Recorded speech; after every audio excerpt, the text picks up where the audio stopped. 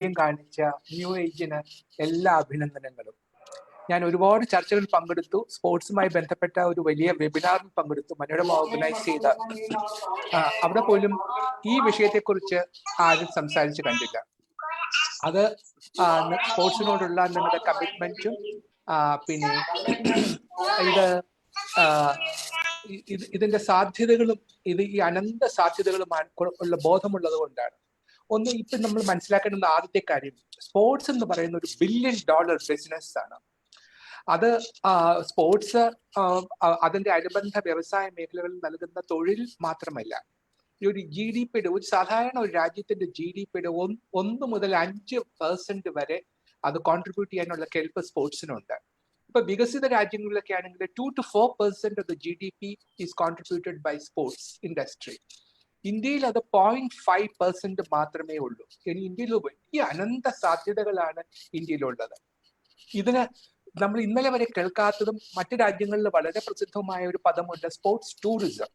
ആ sports tourism എന്നത് തന്നെ ഒരു വലിയ ബിസിനസ്സാണ്. അപ്പൊ നമുക്കിവിടെ പിന്നെ നമ്മൾ ഇപ്പൊ ഒരു ഉദാഹരണം പറയുകയാണെങ്കിൽ, ന്യൂയോർക്കിൽ നടന്ന ന്യൂയോർക്ക് സിറ്റി മാരത്തൺ, അത് മാത്രം കൊണ്ട് ന്യൂയോർക്ക് എക്കോണമിക്ക് സംഭാവനയായിട്ട് കിട്ടുന്നത് $340 മില്യൺ ആണ്. ചിക്കാഗോ കബ്സ് ഒരു ബേസ്ബോൾ ടീമാണ് ചിക്കാഗോയിലുള്ള. ചിക്കാഗോ കബ്സ് എന്ന പ്രസിദ്ധ ബേസ്ബോൾ ടീം ഇലിനോയ്സ് എന്ന നഗരത്തിന് കൊടുക്കുന്ന $600 മില്യൺ റവന്യൂ ആണ്. അപ്പൊ ഇങ്ങനെ നമ്മൾ നോക്കുകയാണെങ്കിൽ ഒരുപാട് സാധ്യതകൾ ഇവിടെ ഉണ്ട്. അപ്പൊ നമ്മളിവിടെ സ്പോർട്സ് ഇപ്പൊ നേരത്തെ പറഞ്ഞതുപോലെ നമുക്കിപ്പോഴും മുൻപ് 2 ലീഗുകളെ ഉണ്ടായിരുന്നുള്ളൂ, ഇപ്പൊ 15 ലീഗുകളുണ്ട്. ഇപ്പോഴ് പിന്നെ IPL, ISL, hockey India league, പിന്നെ India badminton league, pro kabaddi league, പിന്നെ റെസ്ലിങ്ങിന്, ബോക്സിങ്ങിന് എല്ലാം ലീഗുകൾ വന്നു. എന്നിട്ട് നമ്മൾ നമ്മുടെ ആലപ്പുഴയിലുള്ള ബോട്ട് റേസിന് പോലും ക്ലബ് അടിസ്ഥാനത്തില് ഒരു മത്സരം സംഘടിപ്പിച്ചുകൊണ്ട് അതിന്റെ കെട്ടും മട്ടും മാറിയിരിക്കുകയാണ്. അപ്പൊ ഇങ്ങനെ വലിയ ലീഗുകൾ വരുന്നത് കൊണ്ട് ഒരുപാട് ആൾക്കാരെ അത് ആകർഷിക്കുന്നു.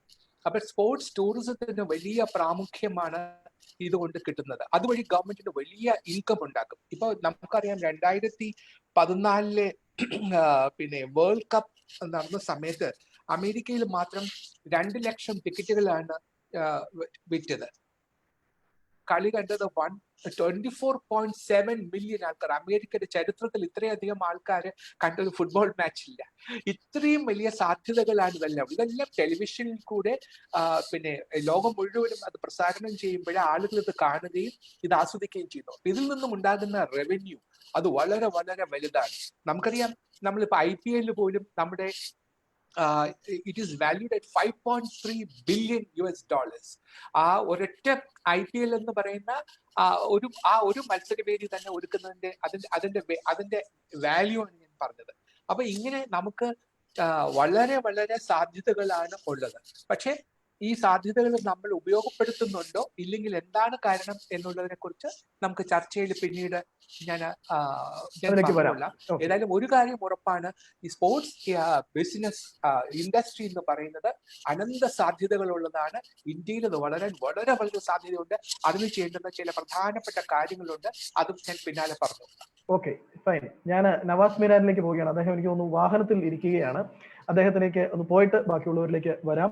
ശ്രീ നവാസ് മീരാൻ, തുടക്കം മുതലേ സ്പോർട്സ് ഇക്കോണമിക്ക് കേരളത്തിൽ ഏറ്റവും അധികം പിന്തുണ കൊടുക്കുന്ന ഒരു വ്യക്തിയാണ് താങ്കൾ. കാരണം വിവിധ സ്പോൺസർഷിപ്പുകൾ നമുക്ക് നേരിട്ട് അറിയാവുന്ന കാര്യമാണ്. ഇപ്പൊ കേരളത്തിന്റെ കാര്യത്തിൽ, ഈ സ്പോർട്സ് ഇക്കോണമിയുടെ കാര്യത്തിൽ ഏത് തരത്തിൽ, നമുക്ക് കുറച്ച് ക്ലബ്ബുകളുണ്ട്, നമുക്ക് കൊച്ചിൻ ടസ്കേഴ്സ് എന്ന് പറഞ്ഞ ക്രിക്കറ്റ് ടീം നമുക്ക് വന്നിരുന്നു, പക്ഷേ നമുക്ക് നഷ്ടപ്പെട്ടു. പക്ഷേ ഫുട്ബോളിൽ ഇപ്പോൾ നമുക്ക് പ്രധാനപ്പെട്ട 2 ടീമുകൾ നമുക്ക് 2 തരത്തിലാണെങ്കിലും ഉണ്ട്. ഗോകുലവും ഉണ്ട്, ബ്ലാസ്റ്റേഴ്സും ഉണ്ട്. മറ്റ് ഓളി ടീമുകൾ, മുത്തൂറ്റ് പോലെയുള്ള കമ്പനികൾ സപ്പോർട്ട് ചെയ്യുന്നുണ്ട്. മറ്റേത് തരത്തിലാണ് നമുക്ക് ഒരു വലിയ പുഷ്, വലിയൊരു നമ്മുടെ ഓർബിറ്റിലേക്ക് കയറാൻ പറ്റിയ മറ്റ് ഏത് രീതിയിലാണ് താങ്കൾ ഈ മൊത്തത്തിൽ ഈ വിവിധ തരത്തിലുള്ള, പ്രത്യേകിച്ചും കൾച്ചറൽ സ്പോർട്സ് ഇവന്റ്സ് നോക്കിയാൽ നമുക്ക് വള്ളംകളിയുണ്ട്, ഇങ്ങനെ പല കാര്യങ്ങളുണ്ട്. ഇതിനെല്ലാം കൂടി ഒരു മൂർത്ത രൂപത്തിലേക്ക്, ഒരേ പോർമുഖത്തിലേക്ക് കൊണ്ടുവരാൻ ഏത് തരത്തിലുള്ള ഒരു സ്ട്രാറ്റജി ആയിരിക്കും നല്ലത്? എങ്ങനെയാണ് ഇതിനെ താങ്കൾ പൊതുവെ കാണുന്നത്? Thank you very much. എന്നെ ഇതിൽ ഇൻവൈറ്റ് ചെയ്തതല്ല, കാരണം it's the need of the hour. ഞാൻ ഇതിനെ കാണുന്നത്, ഏതൊരു സ്പോർട്സും ഡെവലപ്പ് ചെയ്യണമെങ്കിൽ അതിന്റെ ബേസിക്സ് ആൾക്കാർക്ക് മനസ്സിലാവണം. ഒരു ക്രിക്കറ്റ് ആണെങ്കിൽ ക്രിക്കറ്റിന്റെ ബേസിക്സ് എന്താണെന്ന് മനസ്സിലായാൽ മാത്രമേ അയാൾക്ക് ക്രിക്കറ്റിൽ പെർസ്യൂ ചെയ്യാൻ സാധിക്കുകയുള്ളൂ. ഫുട്ബോളിന്റെ ബേസിക്സ് അറിഞ്ഞാലേ ഫുട്ബോളിൽ എക്സൽ ചെയ്യാൻ സാധിക്കുള്ളൂ. അങ്ങനെ എല്ലാ സ്പോർട്സിലും ആ സ്പോർട്സിന്റെ ബേസിക്സ് അറിഞ്ഞിരിക്കുക എന്നുള്ളത് ഒരു മസ്റ്റാണ്. അപ്പൊ അതാണ് നമുക്ക് സ്കൂൾ ലെവലിൽ, അതല്ല എങ്കിൽ 10 വയസ്സിനും 15 വയസ്സിനും മുൻപ് ഉള്ള സമയത്ത് നമ്മൾ കുട്ടികൾക്ക് കൊടുക്കേണ്ടത്. ഇത് കിട്ടിക്കഴിഞ്ഞിട്ടുണ്ടെങ്കിൽ ഇതിനകത്ത് എക്സ്ട്രാ ഓർഡിനറി സ്കില്ലുള്ള ആൾക്കാരാണ് മറ്റു ലെവലുകളിലേക്ക്, അതായത് അമേച്വറും പ്രൊഫഷണലുമായിട്ടുള്ള ലെവലിലേക്കുള്ള കാര്യങ്ങളിലേക്ക് പോകും. അപ്പോൾ ഈ ഒരു ബേസിക്സ് നമ്മുടെ കയ്യിൽ ഉണ്ടെങ്കിൽ നമ്മളുടെ അഫിനിറ്റി ടുവേർഡ്സ് സ്പോർട്സ് നമുക്ക് കൂട്ടാനായിട്ട് സാധിക്കും. അഫിനിറ്റി ടുവേർഡ്സ് സ്പോർട്സ് ആണ് വ്യൂവർഷിപ്പ് ആക്ച്വലി കൊണ്ടുവരുന്നത്. എല്ലാ കളിയുടെ ബേസിക്സ് അറിയാവുന്നവൻ കളിയിൽ ആകൃഷ്ടനായിരിക്കും. അപ്പൊ ആ കളി അതുമായിട്ട് ബന്ധപ്പെട്ട് വരുന്ന ടൂർണമെന്റുകൾ വാച്ച് ചെയ്യാനും അതിനെ ഫോളോ ചെയ്യാനും എല്ലാം ആൾക്കാർ ശ്രമിച്ചുകൊണ്ടേയിരിക്കും. ഇപ്പൊ നമ്മള് ക്രിക്കറ്റ് മത്സരം നടക്കുന്ന സമയത്ത് ഓഫീസിലുള്ള നമ്മുടെ സ്റ്റാഫ് ഇടയ്ക്കൊന്ന് സ്കോർ ചെക്ക് ചെയ്യും. അതൊരു ഇറ്റ്സ് എ നോർമൽ പാറ്റേൺ. അപ്പൊ ഈ അഫിനിറ്റി നമ്മൾ എങ്ങനെ ഡെവലപ്പ് ചെയ്യും എന്നുള്ളതാണ് ഏറ്റവും അടിസ്ഥാനപരമായ കാര്യം. ഞാനൊരു ചെറിയ ഇനിഷ്യേറ്റീവ് ഇപ്പോ സ്റ്റാർട്ട് ചെയ്തിട്ടുള്ള, ഞങ്ങൾ ജോയിന്റ് ആയിട്ട് ചെയ്തിട്ടുള്ള എന്ന് പറഞ്ഞിട്ടുണ്ടെങ്കിൽ ഫുട്ബോളിന്റെ coaching centres through out the state ചെയ്യുന്നുണ്ട്. ഇപ്പൊ ഓൾറെഡി നമുക്കൊരു 50 സെന്റേഴ്സ് ഉണ്ട്. ഏകദേശം 200ഓളം കുട്ടികൾ ഓരോ സെന്റേഴ്സിലും പാർട്ടിസിപ്പേറ്റ് ചെയ്യുന്നുണ്ട്. അപ്പോ അതിന്റെ ഒരു പ്രത്യേകത എന്താ വെച്ചിട്ടുണ്ടെങ്കിൽ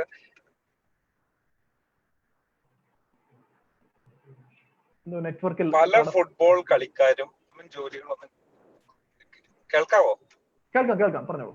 ഓക്കെ, ഗവൺമെന്റ് ജോലികളൊന്നും കിട്ടിയിട്ടില്ല എങ്കിൽ അവരുടെ ലൈഫ് മിക്കവാറും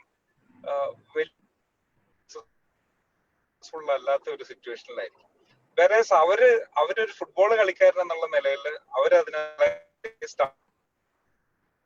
ആളുമാണ്. അവർക്ക് ഏറ്റവും കൂടുതൽ പാഷൻ, ഇങ്ങനെയുള്ള ആൾക്കാരെ എടുത്ത് അവർക്ക് കോച്ചസ് ആയിട്ടുള്ള ട്രെയിനിങ് കൊടുത്ത് ചെറിയ ചെറിയ കുട്ടികൾക്ക് ഇത് ഒന്ന് ഈ ഫുട്ബോളുമായിട്ട് ബന്ധപ്പെട്ട് ഉള്ള കാര്യങ്ങൾ പഠിപ്പിക്കുക എന്നുള്ളത്. അപ്പോ നമുക്കുള്ള ഗുണം എന്താ വെച്ചിട്ടുണ്ടെങ്കിൽ ഈ നോർമൽ ഫുട്ബോളിങ് കഴിഞ്ഞതിന് ശേഷമുള്ള ലൈഫിൽ അവർക്ക് കോച്ചായിട്ട് ജീവിക്കാനായിട്ട് പറ്റും. അപ്പൊ അവർക്കൊരു മണി ഏർണിംഗ് പോസിബിലിറ്റി അവിടെ കിട്ടുന്നുണ്ട്. ഇത് കൂടാതെ നമ്മള് ചെറിയ കുട്ടികൾക്കുള്ള ടൂർണമെന്റ്സ് നമ്മൾ കണ്ടക്ട് ചെയ്യുന്നുണ്ട്. ഇങ്ങനെ ടൂർണമെന്റ്സ് കണ്ടക്ട് ചെയ്യുമ്പോഴത്തേക്ക് ആ സ്പോർട്സ്മാൻ സ്പിരിറ്റ്, ആ ടൂർണമെന്റിന് വേണ്ടിയിട്ട് കാത്തിരുന്ന് ടൂർണമെന്റിന് എത്തിച്ചേരുന്ന കുട്ടികളും അതിനേക്കാൾ കൂടുതൽ ആവേശത്തോടു കൂടി വരുന്ന മാതാപിതാക്കളെല്ലാം നമുക്ക് കാണാനായിട്ട് സാധിക്കും. അപ്പോ ഇന്നത്തെ ഈ ടോപ്പിക്കിന്റെ ഒരു പ്രത്യേകത എന്ന് പറയുന്നത് നമുക്ക് വളരെയധികം പൊട്ടൻഷ്യൽ ഉള്ള ഒരു ഏരിയ ആണ്. അപ്പൊ I am not just limiting it to football or cricket. You take any game. ഇപ്പൊ ബാഡ്മിന്റൺ ആണെങ്കിലും ശരി, നമ്മള് റീജിയണൽ സ്പോർട്സ് സെന്റർ, കൊച്ചിയിലുള്ള റീജിയണൽ സ്പോർട്സ് സെന്ററിൽ ബാഡ്മിന്റൺ ട്രെയിനിങ്ങിന് പോകുന്ന കുട്ടി 4000 രൂപയാണ് ഒരു കുട്ടി സ്പെൻഡ് ചെയ്യുന്ന കോച്ചിങ്ങിന് മാസം. ഒരു കുട്ടി സ്പെൻഡ് ചെയ്യുന്ന 4000 രൂപയാണ് മാസം. അത് 1000 രൂപ കൊടുക്കുന്ന സ്ഥലം ഉണ്ടാവും, 1500 കൊടുക്കുന്ന സ്ഥലം ഉണ്ടാവും. പക്ഷെ ജസ്റ്റ് ഇമാജിൻ, നമുക്ക് pan India, if there is a culture of getting basics trained through academies ഉണ്ടെന്നുണ്ടെങ്കിൽ നമ്മളുടെ ഈ മാച്ച് വ്യൂയിങ് എബിലിറ്റി കൂടും, amateur getting into professional sports ആ ഓപ്പർച്യൂണിറ്റി കൂടും. ഇതിനേക്കാൾ എല്ലാം ഉപരിയായിട്ട് ഒരു ഹെൽത്തി സൊസൈറ്റിനെ വാർത്തെടുക്കുന്നതിൽ നമ്മളും ഭാഗവാക്കാവും. ഇതാണ് ഞാൻ ഈ ഒരു ഇതിൽ കാണുന്ന ഏറ്റവും. ഞാൻ തിരിച്ചു വരാം ശ്രീ നവാസ് മീരാൻ. ഞാൻ ഡോക്ടർ രാഘവനിലേക്ക് പോകുന്നു. ഡോക്ടർ രാഘവൻ, നമുക്കറിയാം ക്രിക്കറ്റിന് ഒരല്പം പ്രാധാന്യം കൂടുതൽ നമ്മുടെ രാജ്യത്തിന്, ഒരുപക്ഷെ നമ്മുടെ ദേശീയതയെ പോലും നമ്മുടെ യുനാനിമസ് ആയിട്ട് ഒരേ ഒപ്പീനിയൻ, എല്ലാവരും യോജിക്കുന്ന ഒരു എലമെന്റ് കിട്ടുന്ന ഒരു മേഖലയും ക്രിക്കറ്റാണ്. കാരണം എല്ലായിടത്തും ഒരുപോലെ അതിന്റെ ഒരു ഈക്വൽ പെനട്രേഷൻ ആണ് നമ്മൾ കാണുന്നത്. അതേസമയം ഫുട്ബോളിനാണെങ്കിൽ ഒരുപക്ഷെ ഒരു പരിധിവരെ ഇപ്പോൾ നോർത്ത് ഈസ്റ്റിൽ അല്ലെങ്കിൽ ബംഗാൾ, കേരളം, സൗത്ത് ഇന്ത്യൻ സ്റ്റേറ്റ്സിൽ, പ്രധാനമായിട്ടും ഗോവ, ഇത്രയും മറ്റു സ്ഥലങ്ങളിൽ ഇല്ലെന്നല്ല, പക്ഷെ ക്രിക്കറ്റിന് ലഭിക്കുന്ന അത്ര ഒരു സ്വീകാര്യത ലഭിച്ചിട്ടില്ല. അപ്പോൾ ഉദാഹരണത്തിന് ക്രിക്കറ്റ് കളിച്ചാൽ, രഞ്ജി ടീമിൽ കളിച്ചു കഴിഞ്ഞു കഴിഞ്ഞാൽ, ഒരു നിശ്ചിത വർഷം കളിച്ചു കഴിഞ്ഞു കഴിഞ്ഞാൽ നമുക്ക് ആ പ്ലെയേഴ്സിന് അവർക്കൊരു പെൻഷൻ ലഭിക്കുന്ന അതുപോലെയുള്ള ഒരു, അല്ലെങ്കിൽ നമ്മുടെ സംഘടനകളുടെ BCCI പോലുള്ള സംഘടനകൾ വളരെ ക്യാഷ് റിച്ച് സംഘടനയാണ്. അതേ ഒരു കാര്യം, അതേ ഒരു ഇതിൽ മറ്റു കളിക്കാർ, ഇപ്പോൾ track and field Shri Raju പോളൊക്കെ, അദ്ദേഹത്തിനൊക്കെ ഈ വിഷയത്തിൽ സംസാരിക്കാനുള്ളതാണ്. നമുക്ക് അതേപോലെ ഈ കളിക്കാരുടെ റിട്ടയർമെന്റ് അല്ലെങ്കിൽ അവരുടെ ഒരു ആഫ്റ്റർമാത്ത് ഓഫ് അവരുടെ കരിയറിന് ശേഷം അവർക്ക് അതേ നാണയത്തിൽ അവർക്ക് ജീവിക്കാനുള്ള പല കാര്യങ്ങളിലും ഒരു തടസ്സം നേരിടുന്നുണ്ട്. അല്ലെങ്കിൽ അവർക്ക് ജോലി കിട്ടിയില്ല, ജോലി ലഭിക്കാത്ത ഒരു പ്ലെയറിനെ സംബന്ധിച്ചിടത്തോളം പലപ്പോഴും പല ഇടത്തും ഒരു തടസ്സം, ഒരു പ്രതിസന്ധികൾ നമ്മൾ കാണുന്നുണ്ട്. ക്രിക്കറ്റിന്റെ കാര്യത്തിൽ രഞ്ജി കളിച്ചു കഴിഞ്ഞാൽ ഞാൻ നേരത്തെ സൂചിപ്പിച്ചതുപോലത്തെയുള്ള ബെനിഫിറ്റ്സുകൾ പലതും ഉണ്ട്. ഇതിനെ എങ്ങനെയാണ് കാണുന്നത്? ഈ ക്രിക്കറ്റിന്റെ ഒരു മേൽക്കോയ്മ എന്ന് ഞാൻ പറയുന്നില്ല, കാരണം നമുക്ക് വലിയ രീതിയിൽ പ്രയോജനം തരുന്ന, നമ്മുടെ ഇക്കോണമിക്ക് വലിയ രീതിയിൽ പ്രയോജനം തരുന്ന ഒരു മേഖലയുമാണത്. ഇതിനെ എങ്ങനെയാണ് നമുക്ക് ടാക്കിൾ ചെയ്യാൻ പറ്റുക? നമസ്കാരം. ആദ്യമായിട്ട് ഇങ്ങനെ ഒരു ടോപ്പിക്കിലോ ഡിസ്കഷൻ വെച്ച് നിങ്ങളെ എത്ര അഭിനന്ദിച്ചാലും മതി വരില്ല. കാരണം വളരെ റെലവെന്റ് ആയ ഒരു കാര്യമാണ്, എന്നാൽ വളരെ കുറച്ച് ചർച്ച മാത്രമേ ഈ ഒരു വിഷയത്തിൽ നടന്നിട്ടുള്ളൂ. നേരത്തെ ജിജി സാർ പറഞ്ഞ പോലെ ഇത് വളരെ പ്രധാനപ്പെട്ട ഒരു ഏരിയയാണ്. പക്ഷേ ഇത് നമ്മുടെ ഒരു എക്കോണമിയുടെ ഒരു വലിയൊരു പാർട്ടായിട്ട് സ്പോർട്സിന് മാറാം എന്നുള്ള ഒരു ചിന്ത പലയിടത്തും എത്തിയിട്ടില്ല. അതുകൊണ്ട് തന്നെ ഇത് പുതിയ കാൽവെപ്പാണ്, അതിന് അഭിനന്ദനങ്ങൾ. രണ്ടാമത് ക്രിക്കറ്റിനെ പറ്റി ആ ചോദ്യത്തിന് ഉത്തരം പറഞ്ഞുകൊണ്ട് തുടങ്ങാം. കാരണം ക്രിക്കറ്റിനെ സംബന്ധിച്ചിടത്തോളം ക്രിക്കറ്റും ഒരു കാലത്ത് അധികം പൈസയൊന്നും ഇല്ലായിരുന്നു, ധാരാളം ഫോളോയിങ് മാത്രമുള്ള ഒരു കളിയായിരുന്നു. പക്ഷെ ക്രിക്കറ്റിന്റെ കമേഴ്ഷ്യൽ ആസ്പെക്ട്സ് കണ്ടറിഞ്ഞ് അത് മനസ്സിലാക്കി ടെലിവിഷൻ യുഗത്തിൽ ക്രിക്കറ്റിനുണ്ടാകുന്ന അഡ്വർടൈസിങ് സാധ്യതകൾ വളരെ നേരത്തെ BCCI മനസ്സിലാക്കി. അങ്ങനെയാണ് 1992 മുതൽ SK നായർ BCCI ട്രഷറർ ആവുന്നതിന് മുമ്പത്തെ വർഷം BCCI നഷ്ടത്തിലായിരുന്നു. അത് നമ്മൾ മനസ്സിലാക്കേണ്ട ഒരു കാര്യമാണ്. ഇത്രയധികം പേര് ഫോളോ ചെയ്തിട്ടും 81 ലോകകപ്പ് ജയിച്ചിട്ടും 87 ലോകകപ്പ് നടത്തുകയൊക്കെ കഴിഞ്ഞിട്ടും BCCI നഷ്ടത്തിലായിരുന്നു. അക്കൊല്ലമാണ് ആദ്യമായിട്ട് ടെലിവിഷൻ രംഗത്തേക്ക് വന്ന് 27 കമ്മിറ്റഡ് ദിവസത്തെ കളി കൊടുക്കണമെന്ന് ESPN ക്രിക്കിൻഫോ ആ ഒരു ചാനലുമായിട്ടുള്ള ഒരു അണ്ടർസ്റ്റാൻഡിങ്ങിന്റെ മുകളിലാണ് പിന്നെ രണ്ടാമതോടെ കയറി വരാനായിട്ട് സാധിച്ചത്. അതിൽ നിന്നൊരു മുമ്പോട്ട് കയറാൻ സാധിച്ചു. കാരണം അപ്പൊ അതായത് ഇതിൽ നിന്ന് എത്ര വരുമാനം ഉണ്ടാക്കാം, അതിന്റെ അനന്ത സാധ്യതകൾ എത്രയാണെന്ന് മനസ്സിലാക്കി അവർ അതിന് പ്ലാൻ ചെയ്ത് മുമ്പിലേക്ക് പോയി. അതുകൊണ്ട് തന്നെയാണ് ക്രിക്കറ്റ് ഇത്രയ്ക്ക് ഒരു ക്യാഷ് റിച്ച് ആയിട്ടുള്ള ഓർഗനൈസേഷൻ ആയത്. ബാക്കിയുള്ളവർക്ക് ഇത് സാധിച്ചിട്ടില്ല. അതിന് അവരുടേതായിട്ടുള്ള കാരണങ്ങളാണ്. പക്ഷെ ഒരു വലിയ മാറ്റങ്ങൾ കാരണമുണ്ട്. ഇപ്പൊ ഫുട്ബോളിലായാലും ഇപ്പൊ ISL വരുന്നുണ്ട്. എന്തിന് കബഡി പോലെ ഒരു കളിക്ക് പോലും അതിന്റെ ഒരു പ്രോ ലീഗ് വന്ന്, അപ്പൊ അതെല്ലാം കളിക്കാർക്ക് മെച്ചമുണ്ടാകുന്ന ഒരു കാര്യമാണ്. ചില സ്പോർട്സിനെ പറ്റി പറഞ്ഞുകൊണ്ട് ഞാൻ ഒരു സർക്കാർ ഉദ്യോഗസ്ഥനായതുകൊണ്ട് കൂടി പറയുകയാണ്. ഞങ്ങളുടെ സെൻട്രൽ എക്സൈസിൽ KM ബിനു എന്ന് പറഞ്ഞ, അതായത് മിൽഖാ സിംഗിന്റെ റെക്കോർഡ് ബ്രേക്ക് ചെയ്ത ആളാണ്. ബിനുവിന് ഒരു അവാർഡ് കൊടുക്കുന്ന ഒരു സമയത്ത് ഞാൻ ബിനുവിനോട് സംസാരിച്ചു. ബിനു പറഞ്ഞു, സാർ എനിക്ക് സെൻട്രൽ എക്സൈസിൽ ജോലി കിട്ടിക്കാണ്ട് ധൈര്യമായിട്ട് ഓടാൻ സാധിച്ചതെന്ന്. അതായത് എല്ലാ കാലത്തും ഈ റെക്കോർഡെല്ലാം ബ്രേക്ക് ചെയ്യുന്ന സമയത്ത് നമ്മളൊക്കെ ആരാധനയോട് കൂടി ബിനുവിനെ നോക്കിക്കാണുന്ന കാലത്തും ബിനുവിന്റെ മനസ്സിലൊരു പേടിയുണ്ട്, എനിക്കൊരു ജോലിയില്ല എന്നുള്ളത്. അപ്പൊ അത് ആ ഒരു അരക്ഷിതാവസ്ഥ മാറ്റാനായിട്ട് ഇപ്പൊ സർക്കാർ മാത്രമേ കൊടുക്കുന്നുള്ളൂ. കാരണം ഈ പോപ്പുലർ അല്ലാത്ത സ്പോർട്സ് നോക്കുകയാണെങ്കിൽ സർക്കാർ മാത്രമേ കൊടുക്കുന്നുള്ളൂ. അത് സർക്കാരിൽ കൊടുക്കുമ്പോൾ തന്നെ ഒരു ടീം ആയാൽ കുറച്ചും കൂടി സ്ഥാനമുണ്ട്. ഒരു ഇൻഡിവിജ്വൽ ആയിട്ട് ഒരു അത്ലറ്റിന് ഒരു അംഗീകാരം, അല്ലെങ്കിൽ അത് ആ ഒരു ലെവലിലേക്ക് എത്തണം. PT ഉഷ ലെവലിലേക്കോ മറ്റു എത്തിക്കഴിഞ്ഞാൽ അവർക്ക് ആ ഒരു അംഗീകാരം കിട്ടും. അല്ലെങ്കിൽ സാധാരണ നമ്മുടെ ഒരു സംസ്ഥാന തലത്തിലോ ദേശീയ തലത്തിലോ അംഗീകാരം കിട്ടുന്ന ഒരു അത്ലറ്റിന് ഒരു ജോലി സാധ്യത എപ്പോഴും കുറഞ്ഞു വരുന്നു. ഈ പറഞ്ഞ പോലെ ബാക്കിയുള്ള പ്രൈവറ്റ് സ്പോൺസർമാരും സപ്പോർട്ടും കിട്ടിയില്ല എന്ന് പറയാം. അപ്പൊ അത് ഒരു വലിയൊരു ന്യൂനതയാണ്. അത് മാറാനായിട്ട് ഉള്ള ശ്രമങ്ങൾ എവിടെയെങ്കിലും അതുപോലെ ഫൗണ്ടേഷൻ വഴിയോ അല്ലെങ്കിൽ പുതിയ രീതിയിലുള്ള കോച്ചിങ് സംരംഭങ്ങളിലേക്ക് അവരെ വാർത്തെടുത്തു. അപ്പൊ ക്രിക്കറ്റ് തന്നെ അതാണ് കാണുന്നത്. പലപ്പോഴും ആൾക്കാർ കളി കഴിഞ്ഞാൽ BCCIയുടെ പെൻഷൻ കൊണ്ട് മാത്രമല്ല, അവർ അത് കോച്ചിങ്ങുമായിട്ട് ബന്ധപ്പെട്ടോ കളിയായിട്ട് ബന്ധപ്പെട്ട പല മേഖലകളിലേക്ക് അവർക്ക് മാറുന്നതിനുള്ള അവസരം കിട്ടുന്നു. അപ്പൊ ബാക്കിയുള്ള സ്പോർട്സ് രംഗങ്ങളിൽ കൂടി അത് കൊടുക്കുകയാണെങ്കിൽ അവരുടെ കഴിവുകൾ പിന്നെ ഉപയോഗിക്കാൻ സാധിക്കും. അവർക്ക് ജീവിതത്തിൽ അതായത് ഒരു അരക്ഷിതാവസ്ഥ, സാമ്പത്തികമായ ഒരു അരക്ഷിതാവസ്ഥ വരേണ്ട ഒരു ആവശ്യമില്ല, അധികം വരുന്നുണ്ട്.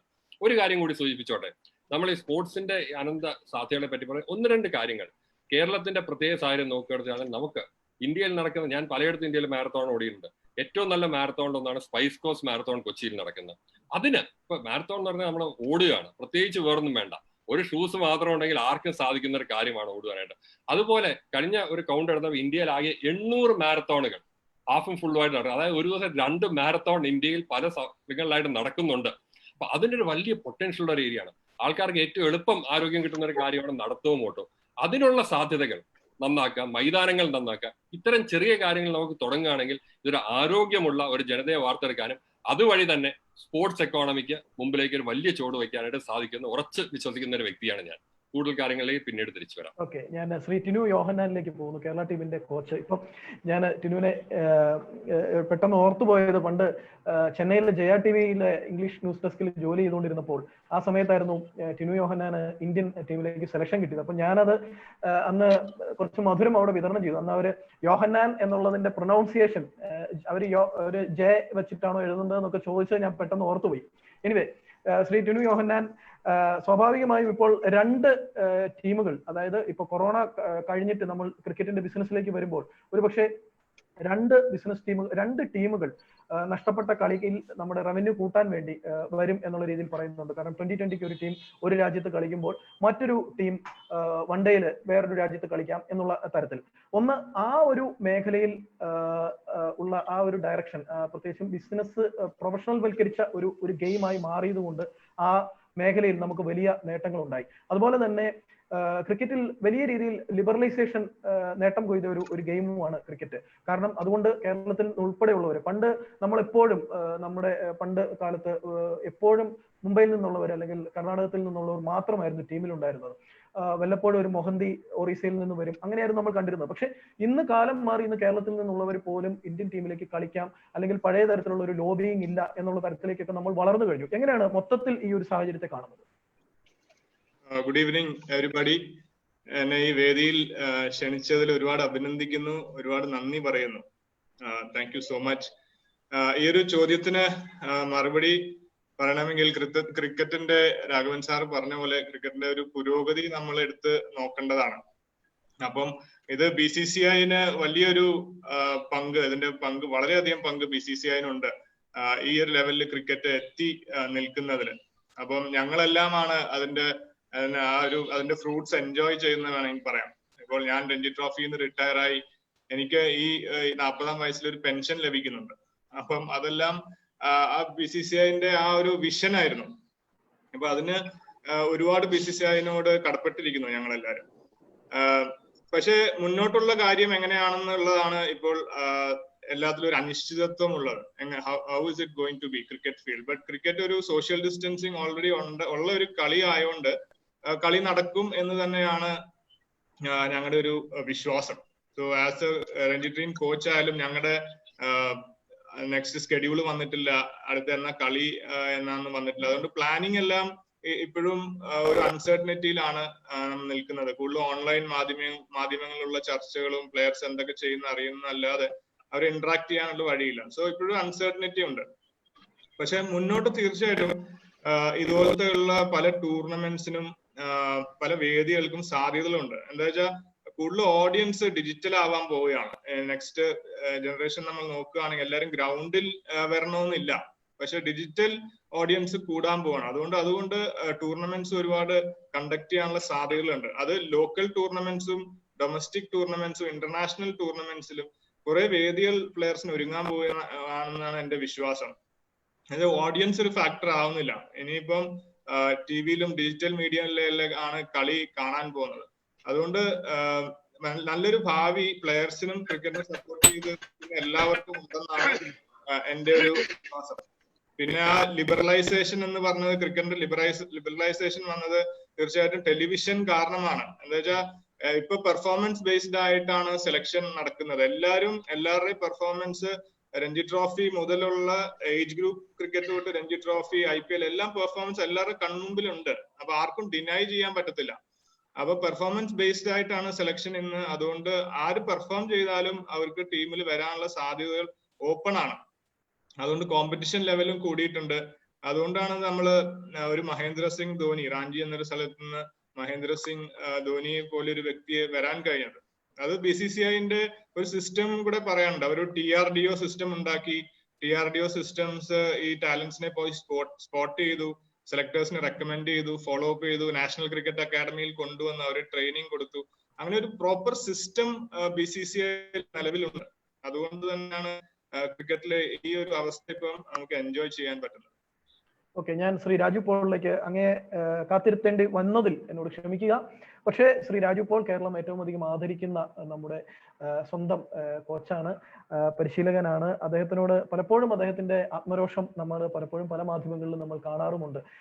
Shri Raju Paul, track and field events ഏത് തരത്തിൽ പ്രൊഫഷണലൈസ് ചെയ്താൽ മാത്രമാണ് ടീം ഇവന്റ്സിന്റെ ഒപ്പം നമുക്ക് പിടിക്കാൻ പറ്റുക?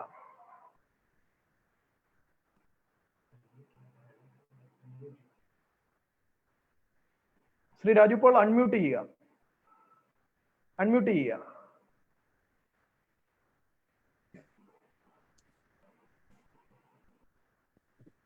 സംസാരിച്ചോളൂ. ട്രാക്ക് ആൻഡ് ഫീൽഡ് ഒരു പ്രൊഫഷണൽ രീതിയിൽ വന്നാൽ കുറച്ചുകൂടി നന്നാവും എന്നുള്ള അഭിപ്രായമാണ് എനിക്ക് നിലവിലുള്ളത്. കാരണം കോമ്പറ്റീഷനുകൾ നന്നായാലാണ് അതോടൊപ്പം തന്നെ അത്ലറ്റ്സിന്റെ പെർഫോമൻസ് ഉയരും. അതോടൊപ്പം തന്നെ അതൊരു പ്രൊഫഷണൽ രീതിയിൽ വന്നു കഴിഞ്ഞാൽ കുട്ടികൾ ആകപ്പാടെ സാമ്പത്തികമായി പിന്നോക്കാവസ്ഥയിൽ നിൽക്കുന്ന ആളുകളാണ് ഈ അത്ലറ്റിക്സിലേക്ക് വരുന്നത്. തീർച്ചയായിട്ടും അങ്ങനെ പ്രൊഫഷണലൈസ് ചെയ്യുമ്പോൾ അവർക്ക് സാമ്പത്തികമായ ഒരു ഉയർച്ച ഉണ്ടാവും. കുട്ടികൾ വരാനുള്ളൊരു മേഖലയായി ഈ പ്രൊഫഷണലിസം കൊണ്ട് നേടും. അത് ചെറിയ ക്ലാസ്സുകളിൽ ശരിക്കും പറഞ്ഞാൽ കായിക അധ്യാപകരുടെ പോസ്റ്റുകൾ ആവശ്യമാണ്. ഇപ്പോൾ കായിക അധ്യാപകരുടെ പോസ്റ്റുകളില്ല. ഇപ്പൊ എടുത്തു കഴിഞ്ഞാൽ KM ബീനാമോള്, അതോടൊപ്പം തന്നെ ബീനാമോളുടെ ആങ്ങള ബിനു, ഇവരൊക്കെ ചെറിയ ക്ലാസ്സുകളിൽ നിന്നാണ്. ബിനു ഡിഗ്രിക്ക് വന്നപ്പോഴൊക്കെ മെച്ചപ്പെട്ടു വന്നത് എന്ന് പറഞ്ഞ മാതിരി ഇവരെ കണ്ടുപിടിച്ച് പരിശീലിപ്പിക്കുന്ന ഒരു രീതി ഉണ്ടായാൽ മാത്രമേ ഈ പ്രൊഫഷണലിസത്തിലേക്ക് വരുള്ളൂ. അതിനൊരു സാഹചര്യം ഇപ്പോഴത്തെ അവസ്ഥയിൽ വളരെ മോശമായ അവസ്ഥയാണ്. കാരണം കുട്ടികൾക്ക് പരിശീലിക്കാനുള്ള വേദികളില്ല, അവസരങ്ങളില്ല. അതിന് ശരിക്കും പഞ്ചായത്ത് തോറും ഗ്രൗണ്ടുകൾ ഉണ്ടാവണം, അല്ലെങ്കിൽ ജില്ലാ പഞ്ചായത്ത് തോറും ഗ്രൗണ്ടുകൾ ഉണ്ടാവണം. അതിനെ പരിശീലിപ്പിക്കാനുള്ള കോച്ചസ് അല്ലെങ്കിൽ പരിശീലകരുണ്ടാവണം. അങ്ങനെയൊക്കെ ഉണ്ടായാൽ മാത്രമേ നമുക്ക് ഒരു പ്രൊഫഷണൽ രീതിയിലേക്ക് കുട്ടികളെ വരാനും അതോടൊപ്പം തന്നെ കുട്ടികൾക്ക് ഈ സ്പോർട്സിലൂടെ അവർക്ക് വളരാനും അതോടൊപ്പം തന്നെ ഒരു ജോലി കിട്ടിയൊക്കെ ആ രീതിയിൽ ഉയരാൻ പറ്റിയാൽ മാത്രമേ അത്ലറ്റിക്സിലൂടെ കുട്ടികൾക്ക് വരാനുള്ള അവസരം ഉണ്ടാവുകയുള്ളൂ എന്നാണ് എൻ്റെ പ്രതീക്ഷ. ഞാൻ Sree Gokulam Kerala football club CEO Shri doctor B Ashok കുമാറിലേക്ക് പോകുന്നു. ഡോക്ടർ അശോക്, എന്തായാലും സൈഡിലൂടെ അല്ലെങ്കിൽ ഒരു ഡാർക്ക് ഹോഴ്സ്, കേരളത്തിന്റെ ഒരു ഡാർക്ക് ഹോഴ്സ് എന്ന് പറയാം, വലിയ ഫാൻഫെയർ ഒന്നുമില്ലാതെ ഒരു അരികിലൂടെ ഒരു ഓരത്തൂടെ വന്ന് വലിയ രീതിയിൽ വളർന്ന ഒരു ക്ലബ്ബായിട്ട് വേണം ശ്രീഗോകുലം. അതിന്റെ നേട്ടങ്ങൾ നമ്മൾ എടുത്തു നോക്കിയാൽ അറിയാം. എത്രയോ കിരീടങ്ങളാണ് ഓരോ വർഷവും സമ്പാദിച്ചു കൊണ്ടുവരുന്നത്. ഇതിന്റെ ഒരു കാരണം കേരളത്തിൽ ഒരു പ്രൊഫഷണലിസം കൃത്യമായി വരച്ച് കൊണ്ടുവന്നതിന്റെ ഒരു കാരണം മാത്രവുമല്ല, ഗോകുലം പോലെയുള്ള ഒരു ബ്രാൻഡിന്റെ ഒരു സപ്പോർട്ട്, ഇതെല്ലാം കൃത്യമായി നമ്മുടെ ഇക്കോണമിക്ക് നൽകുന്ന സംഭാവനകൾ, ഇവയെല്ലാം ഇഴചേർന്ന് മനോഹരമായി രൂപപ്പെട്ടിരിക്കുന്ന ഒരു ക്ലബ്ബാണ് താങ്കളുടേത്. എന്താണ് കൂടുതൽ പറയാനുള്ളത്? Good evening, everyone. First, you should excuse me because I hail from Tamil Nadu. So, yeah, okay. But I can understand Malayalam. I've been here for the past 2 years, and I can understand Malayalam very well. Malayalam manslai, but I cannot converse much in Malayalam. So, kindly excuse me for speaking in English. That's okay, fine. I'm so happy that when you have invited me to be one among the galaxy of stars who have been invited for this particular session. The topic, whether it can fuel Indian economy, there is one thing. Definitely we all will agree that sports has got tremendous opportunity in India and we are yet to tap it. We all will agree with me. When Abraham asked about, about our success, about our club success, I have to say, I have 25 years of experience in Indian Bank. When I left Indian Bank, we were playing nationally. Okay, I left Indian Bank and I went as a general manager for Pune FC. The reason for me leaving Indian Bank is, it was a public sector bank and I had my limitations. I will not be able to, I knew that I will not be able to achieve what I aim at because of the limitations. I don't blame the bank. I respect all the corporates and the public sector undertaking for giving a lot of opportunities for sportsmen to come up in their life. But everyone has got his own goals. Similarly, when I came as CEO for this Gokulam Kerala, I was so happy. I have entered a state wherein football is the number one game. Okay, I could see that. There was a big transformation between Tamil Nadu and Kerala. Was in Tamil Nadu in schools and even in colleges, during a break, everyone plays cricket inside the institutions. But in Kerala, during the break, I see that everybody plays football. It's a big thing. It's a big thing. As already pointed out, maybe football is being played in Bengal, Kerala, Northeast, and Goa. So Kerala, I mean, I would say, 75% of the people are all born athletes. I would say that they are all born athletes. So to be a footballer, I mean, you have to be a natural athlete. And I see a lot of natural athletes in Kerala. Football is there in their blood. That's what I would say. And the encouragement that I receive for football is really amazing. I mean, everyone greets me, unlike I had 10 years of service in Maharashtra, wherein if I go for a sponsorship, they would only say, if it is cricket, please come to me. If it is football, what is the mileage I'm going to get? I don't blame them. I don't blame them because in cricket, we are number one in the world. But in football, we are struggling to be under 100. We are not even below 100 in the ranking I'm talking about. So we have to elevate the game. It's a product. It's a well-known product, but not marketed properly. That's my opinion here. Okay. In Kerala, Okay. I tell you, it's the talents are plenty. The talents are plenty. The infrastructure is also plenty. But the maintenance of the infrastructure is being built. You have stadiums in Kochi, you have stadiums in Trivandrum, you have stadium in Calicut, you have stadium in Kannur. But there is no point in just building a stadium and not allocating a maintenance fund for the stadium. The government should seriously think about this. Building infrastructure in no time anyone can do. But to maintain that infrastructure, people need to have, I mean, if it is a government stadium, we need to have assistance. If the government is unable to do it, you call the corporates. There are many corporates willing to do it. The many corporates, provided you say that the name, I mean, that particular stadium is being looked after by the corporate. I tell you, Shri doctor Ashok Kumar, ഞാൻ തിരികെ വരാം.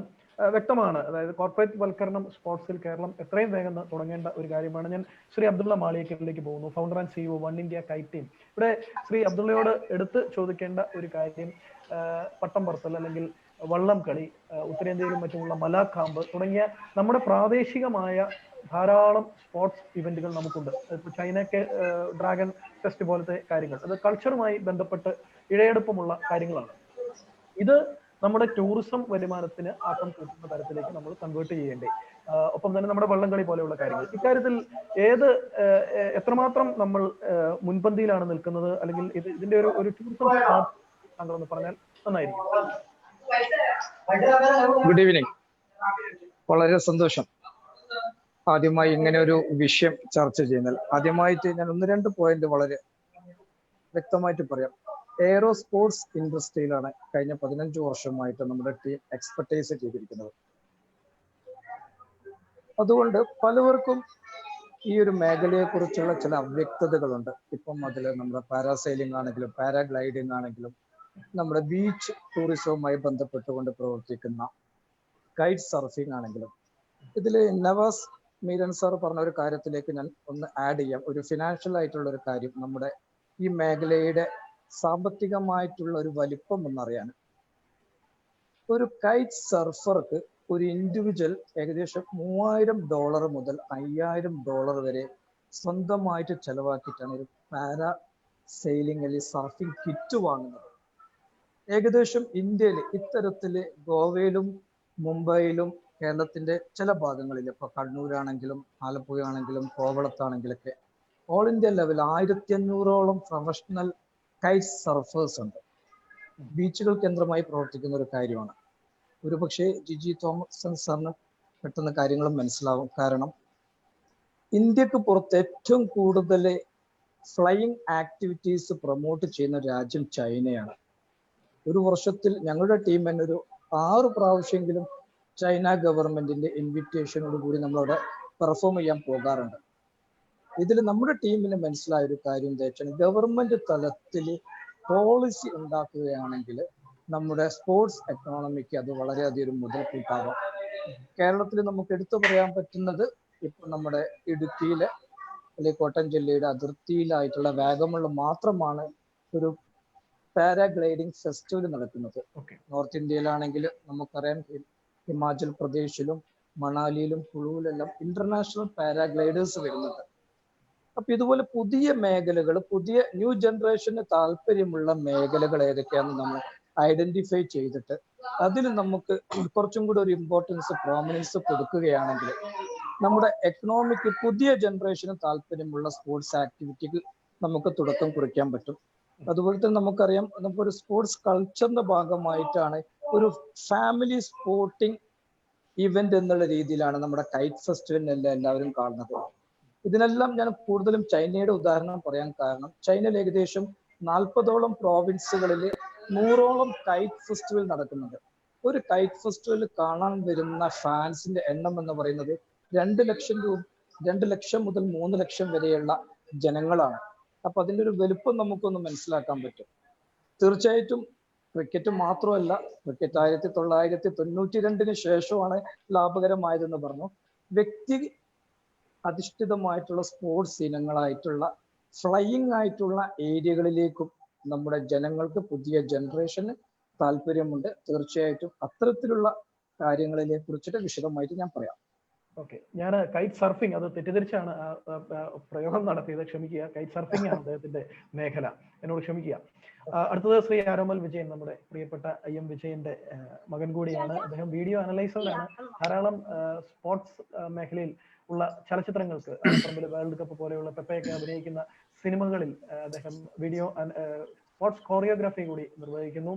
അതൊരു പുതിയ മേഖലയാണ്. പ്രത്യേകിച്ചും കരിയറിൽ പുതിയ ഒരു നമ്മുടെ സ്പോർട്സ് സംസ്കാരം വളരുന്നതിന്റെ സൂചനയാണ്. ആരോമലിനെ പോലെ ഒരാൾ ഇങ്ങനെ ഒരു മേഖല കണ്ടെത്തുകയും അതിലേക്ക് മുൻപ് ഇതിനെപ്പറ്റി വായിച്ചിരുന്ന കാര്യം, അനിൽ കുംബ്ലെയുടെ നേതൃത്വത്തിൽ ഒരു അനലിസ്റ്റ് ഒരു കമ്പനി കർണാടക ബാംഗ്ലൂർ ബേസ് ചെയ്ത് ഫോം ചെയ്തതിനെ പറ്റിയൊക്കെയാണ് നമ്മൾ വായിച്ചിരുന്നത് മുൻപ്.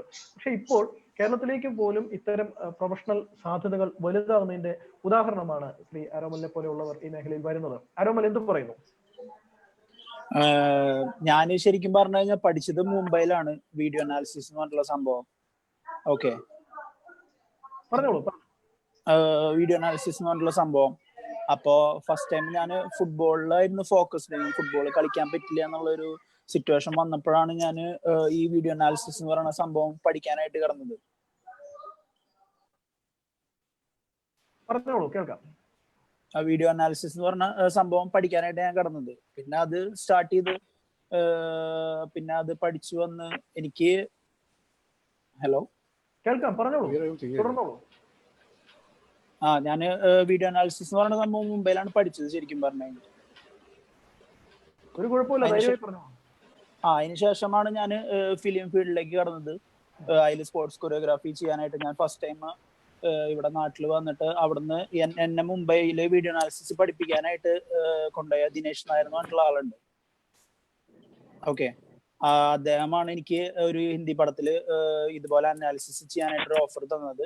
അതിനുശേഷം ഞാൻ ആ മൂവിയിൽ വർക്ക് ചെയ്തിട്ട് ഇവിടെ വന്നിട്ട് അതിനുശേഷം മലയാളം പടത്തിൽ ഇൻഡിവിജ്വൽ ആയിട്ടൊരു സ്പോർട്സ് കൊറിയോഗ്രാഫിയാണ് ചെയ്തത്. ഓക്കെ, എന്തായാലും പുതിയ തൊഴിൽ സാധ്യതകൾ ഉരുത്തിരിയുന്നതിന്റെ ലക്ഷണമാണ് അദ്ദേഹം ആരോമൽ പറയുന്നത്. ഞാൻ വീണ്ടും ശ്രീ ജിജി തോംസണിലേക്ക് പോകുന്നു.